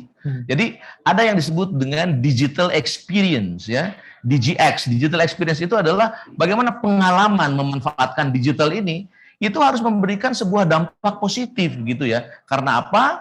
Karena dengan sebuah platform digital. Contoh misalnya Kang Budi kalau mau lihat nih, saya bikin juga platform aplikasi yang namanya sampurasun.id. Kalau sampurasun kan artinya P itu punten gitu ya. Jawabannya rampes kan kalau orang Sunda. Jadi untuk yang dari Jawa Barat misalnya dengan sampurasun.id kita bisa mengetahui di situ ada kamus, ada modul pembelajaran bahasa Sunda karena kan cucu-cucu saya karena dibesarkan di berbagai kota begitu ya. Setiap kali sekolah di sini belajar bahasa Sunda yang kena kan kita juga gitu harus menjelaskan apa itu bahasa Sunda gitu ya. Tapi mungkin dengan platform sampurasun.id itu mampu kalau bisa menciptakan sebuah yang namanya community engagement. Jadi sebuah kedekatan komunitas guru dengan murid, komunitas guru dengan guru, komunitas kelompok, komunitas begini, Yong Ambon, Yong Java, Yong Celebes, Yong Jakarta, Yong macam-macam. Waktu Sumpah Pemuda itu kan menciptakan keakraban. Nah, kehadiran digital platform yang namanya aplikasi berbasis kepada komunitas tadi, makanya ada di Pentahelix itu kan ada yang namanya community kan. Arti penting community. Nah, ini juga dengan digital platform, dengan aplikasi sampurasun.id dalam konteks Jawa Barat gitu ya, karena itu bahasa Sunda gitu ya. Itu seharusnya akan menjadi sebuah wahana untuk terciptanya yang disebut dengan community engagement, kedekatan-kedekatan itu. Itu persiapan mentalnya, begitu ya? Itu persiapan mentalnya. Oke. Kemudian batasan-batasan apa nih Pak? Ya, itu. Jadi di batasannya ada, dilihat aja itu yang ada di dalam bangunan yang tadi. Jadi materi ini silakan di-share ya. Nah ini silakan dengan framework ini. Jadi ini adalah sebuah arena bagaimana peradaban digital itu harus kita mainkan begitu ya di kita. Ada beberapa koridor-koridor yang harus juga kita Tapi ini imperatif berjalan, ya, sosial imperatif yang boleh tidak yang boleh. tidak boleh tidak, harus kita patuhi gitu. Oke. Pak Budi, ada yang mau ditambahkan dari pertanyaan tadi mungkin, Pak? Iya, mental. Kalau menurut saya begini ya, karena ini mentalnya adalah yang pertama, kalau zaman dulu sebelum ada digital kita dibatasi oleh ruang dan waktu. Yang membuat digital beda itu kita tebas ruang dan waktu, satu itu. Akibatnya karena ada teknologi segala macam, maka yang dulunya serba kekurangan, sekarang kita serba berkelimpahan. Nah, tapi serba berkelimpahan itu kita menjadi, kalau bahasa Sundanya apa ya, haweg gitu ya. Jadi apa ya haweg gitu ya. Rakus, Pak. Rakus Jadi ya, iya. rakus gitu ya. Padahal kan banyak gitu. Kalau banyak, jadi saya pernah lihat tuh ya, ada satu anak kecil yang dia nggak pernah dapat makan. Begitu dia ada makanan, wah ini saya, ini saya. Tapi kan kita bilang kalem. Di sini semua anak dapat, kalem gitu ya. Nah, karena kita dulu serba kesusahan, ini zamannya orang-orang susah, ini orang-orang gitu ya. Maka kita berusaha, saya pengen ini, itu enggak. Padahal sekarang itu zamannya berkelimpahan ya justru. Jadi kita nggak perlu takut ya. Itu jadi serba berkelimpahan. Maka pola pikirnya berubah. Nggak perlu takut kita karena serba berkelimpahan. Itu ya satu. Nah, serba berkelimpahan pun akan membuat pola pikir yang berubah karena pilihan jadi banyak. Kalau dulu pilihannya mobil, warna boleh milih, mobil boleh apa aja, warna boleh pilih apa aja selama dia hitam, kata Ford itu. Mobil ini warnanya boleh, warnanya apa aja tapi asal hitam katanya. Itu mah bukan asal Pak, itu cuma satu pilihan gitu ya. TV juga dulu zaman saya TVRI gitu, zamannya Pak Cahyana malah nggak ada tuh. Radio Pak Cahyana, untung Pak Cahyana. Pilihannya terbatas, jadi kita terbatas ya, makanya gitu. Nah sekarang banyak malah jadi bingung dari mana gitu ya. Jadi ini, nah itu jadi menurut saya kita jadi gagap ya. Nah maka kita harus mengajari, oke, mari kita menata ulang. Kalau dulu zaman kekurangan, kalau zaman keberadaan banyak, terus jadi apa ya? Jadi kita harus belajar bagaimana kita bersabar, bagaimana kita mau belajar, open minded dengan pola pikiran yang berubah ya. Karena dulu kita serba kurang, karena kita serba banyak. Itu yang menurut saya agak susah karena kita belum pernah. Itu. Nah, itu jadi mental yang harus dipersiapkan. Batasan digital, ya teknologi digital itu juga punya batasan menurut saya. Kita ini kan sebagai sebuah teknologi, ya namanya teknologi tentu saja ada batasan yang kita tahu saat ini. Kita nggak tahu 20 tahun yang ke depan, 30 tahun teknologi DNA, bisakah kita cloning manusia segala macam, kita belum tahu kan. Yang sekarang ini mungkin nggak ada apa-apanya 20-30 tahun kemudian gitu ya. Jadi menurut saya ya kita ya ada batasannya, ada. Teknologi kita juga ya ada batasan. Kayak kita ngobrol gini juga masih ada batasannya, bandwidth terbatas, segala macam terbatas, ini layar terbatas, biarpun metaverse masih terbatas lah gitu ya. Jadi ya masih banyak batasannya lah gitu. Jadi ya marilah kita nikmati batasan tersebut. Gitu. Oke, terima kasih Pak Budi melengkapi jawaban dari Pak Cahyana tadi ya. Teman-teman sahabat.id, kita sudah berada di penghujung acara nih. Cukup banyak sekali diskusi yang disampaikan dari Pak Cahyana dan Pak Budi Raharjo. Terima kasih banyak Pak, banyak insight-insight yang bisa kita dapat, dan saya sebagai moderator ingin sedikit menyimpulkan mungkin ya dari bahasan-bahasan yang tadi kita sudah dengar dari kedua narasumber, bahwa peradaban digital itu membuka banyak opportunity, membuka banyak pilihan. Tapi ketika mendapatkan opportunity atau pilihan yang banyak ini, kita jangan sampai bingung. Bagaimana jangan sampai kita bingung? Maka kita perlu punya yang namanya digital literacy dan digital mentality. Menurut saya itu. Jadi dengan digital literasi dan digital mentality itu membentuk kita untuk mengarungi peradaban digital yang dari hari ini hingga ke depan itu sudah mulai gitu ya Pak. Makanya kita bilang bahwa the future is now, atau masa kini adalah masa depan, itu masa depan adalah masa kini gitu ya Pak. Nah, itu yang satu yang bisa saya simpulkan. Kemudian yang kedua tadi ada framework yang disampaikan oleh Pak Cahyana, ini menarik karena sebuah peradaban digital tidak lepas dari manusia di dalamnya. Gitu. Artinya peradaban digital ini harus dimaknai bahwa perubahannya juga menitik beratkan pada peningkatan taraf hidup manusia, gitu ya Pak. Nah, dengan adanya perubahan atau peradaban digital, maka perlu ada tadi komitmen, resilience, serta nantinya perubahan digitalnya atau peradaban digitalnya harapannya adalah meningkatkan prosperity atau kemakmuran, gitu ya Pak. Nah, dari Pak Budi tadi ada yang menarik bahwa di Indonesia sebenarnya udah banyak teknologi yang di negara lain masih emerging, tapi di kita udah boleh dibilang intermediate menuju advance gitu ya Pak. Nah, tapi teknologi ini juga perlu dimaknai bahwa jangan sampai kita kehilangan corak budaya yang sudah kita punya dari nenek moyang zaman dulu gitu ya Pak. Karena jangan sampai kita kehilangan identitas ketika kita masuk ke era digital. Tadi ditawarkan bahwa selain identitas digital bisa muncul dari berbagai macam gitu, seperti IP address ya Pak, kemudian juga nama domain itu kan merupakan identitas digital dan itu perlu dikedepankan karena jangan sampai kita kehilangan identitas ketika kita memasuki era digital. Mungkin itu yang bisa saya simpulkan dari apa yang kita diskusikan di sore hari ini. Sekali lagi saya berterima kasih banyak ke Pak Cahyana Ahmad Jayadi dan kemudian Pak Budi Raharjo yang sudah menyempatkan waktunya gitu ya, yang super sibuk nih menurut saya karena bapak-bapak ini bapak-bapak yang banyak sekali kegiatan gitu ya. Jadi saya sangat berterima kasih dan teman-teman dari Pandi Institute juga sama bahwa terima kasih sekali lagi atas kehadiran bapak-bapak memberikan banyak inspirasi dan insight gitu ya mengenai membangun peradaban digital. Nah, setelah ini kita akan ada pembagian door prize gitu ya dari MC yang akan dibawakan oleh Mbak Fian. Oleh karena itu, saya Muhammad Hamzah sebagai moderator pamit undur diri. Sekali lagi terima kasih atas kesempatannya dari teman-teman Pandi Institute. Mudah-mudahan kita bisa berjumpa lagi ya, sahabat Doi Adi, untuk Cyber Talk berikutnya. Terima kasih. Wassalamualaikum warahmatullahi wabarakatuh. Waalaikumsalam. Terima kasih ya. Terima kasih, Pak. Silakan.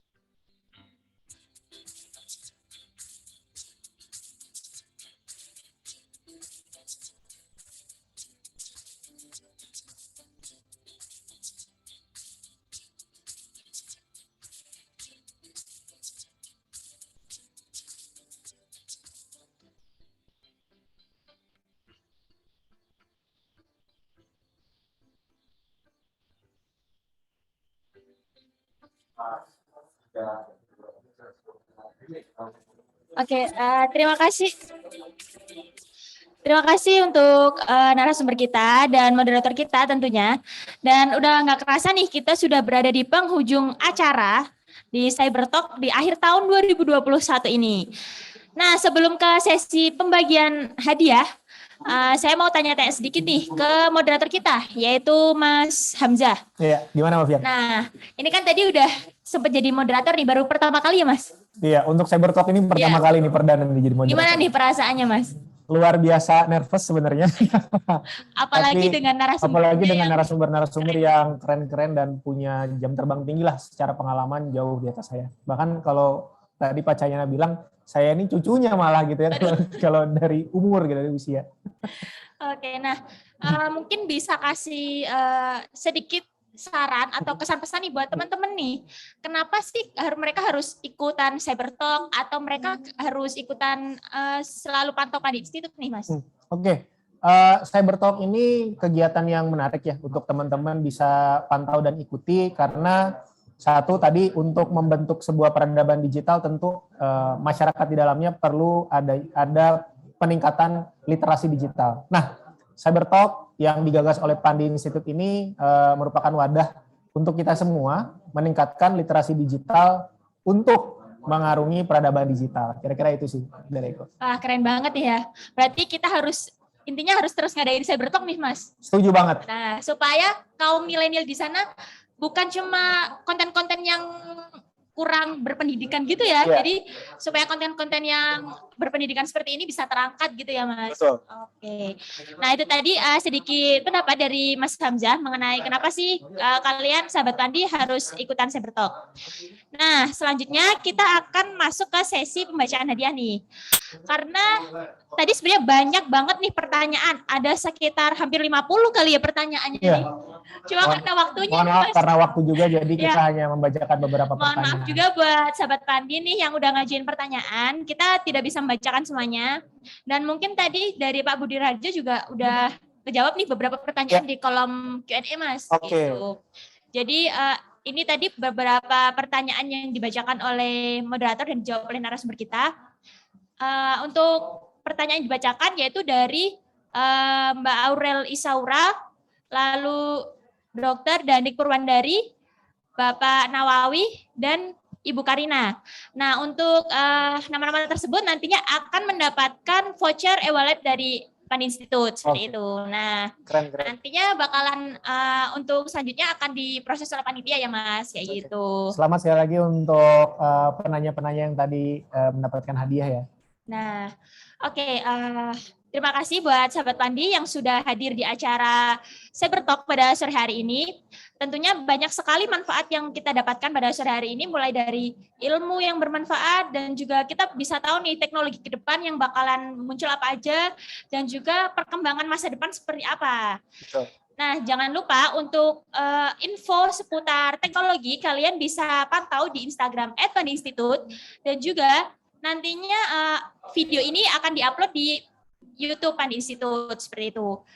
Sekian yang bisa kami sampaikan. Saya Arfianti selaku MC pada sore hari ini dan Mas Hamzah selaku moderator pada sore hari ini undur diri dan sampai jumpa di acara Cybertalk selanjutnya. Terima kasih. Terima kasih.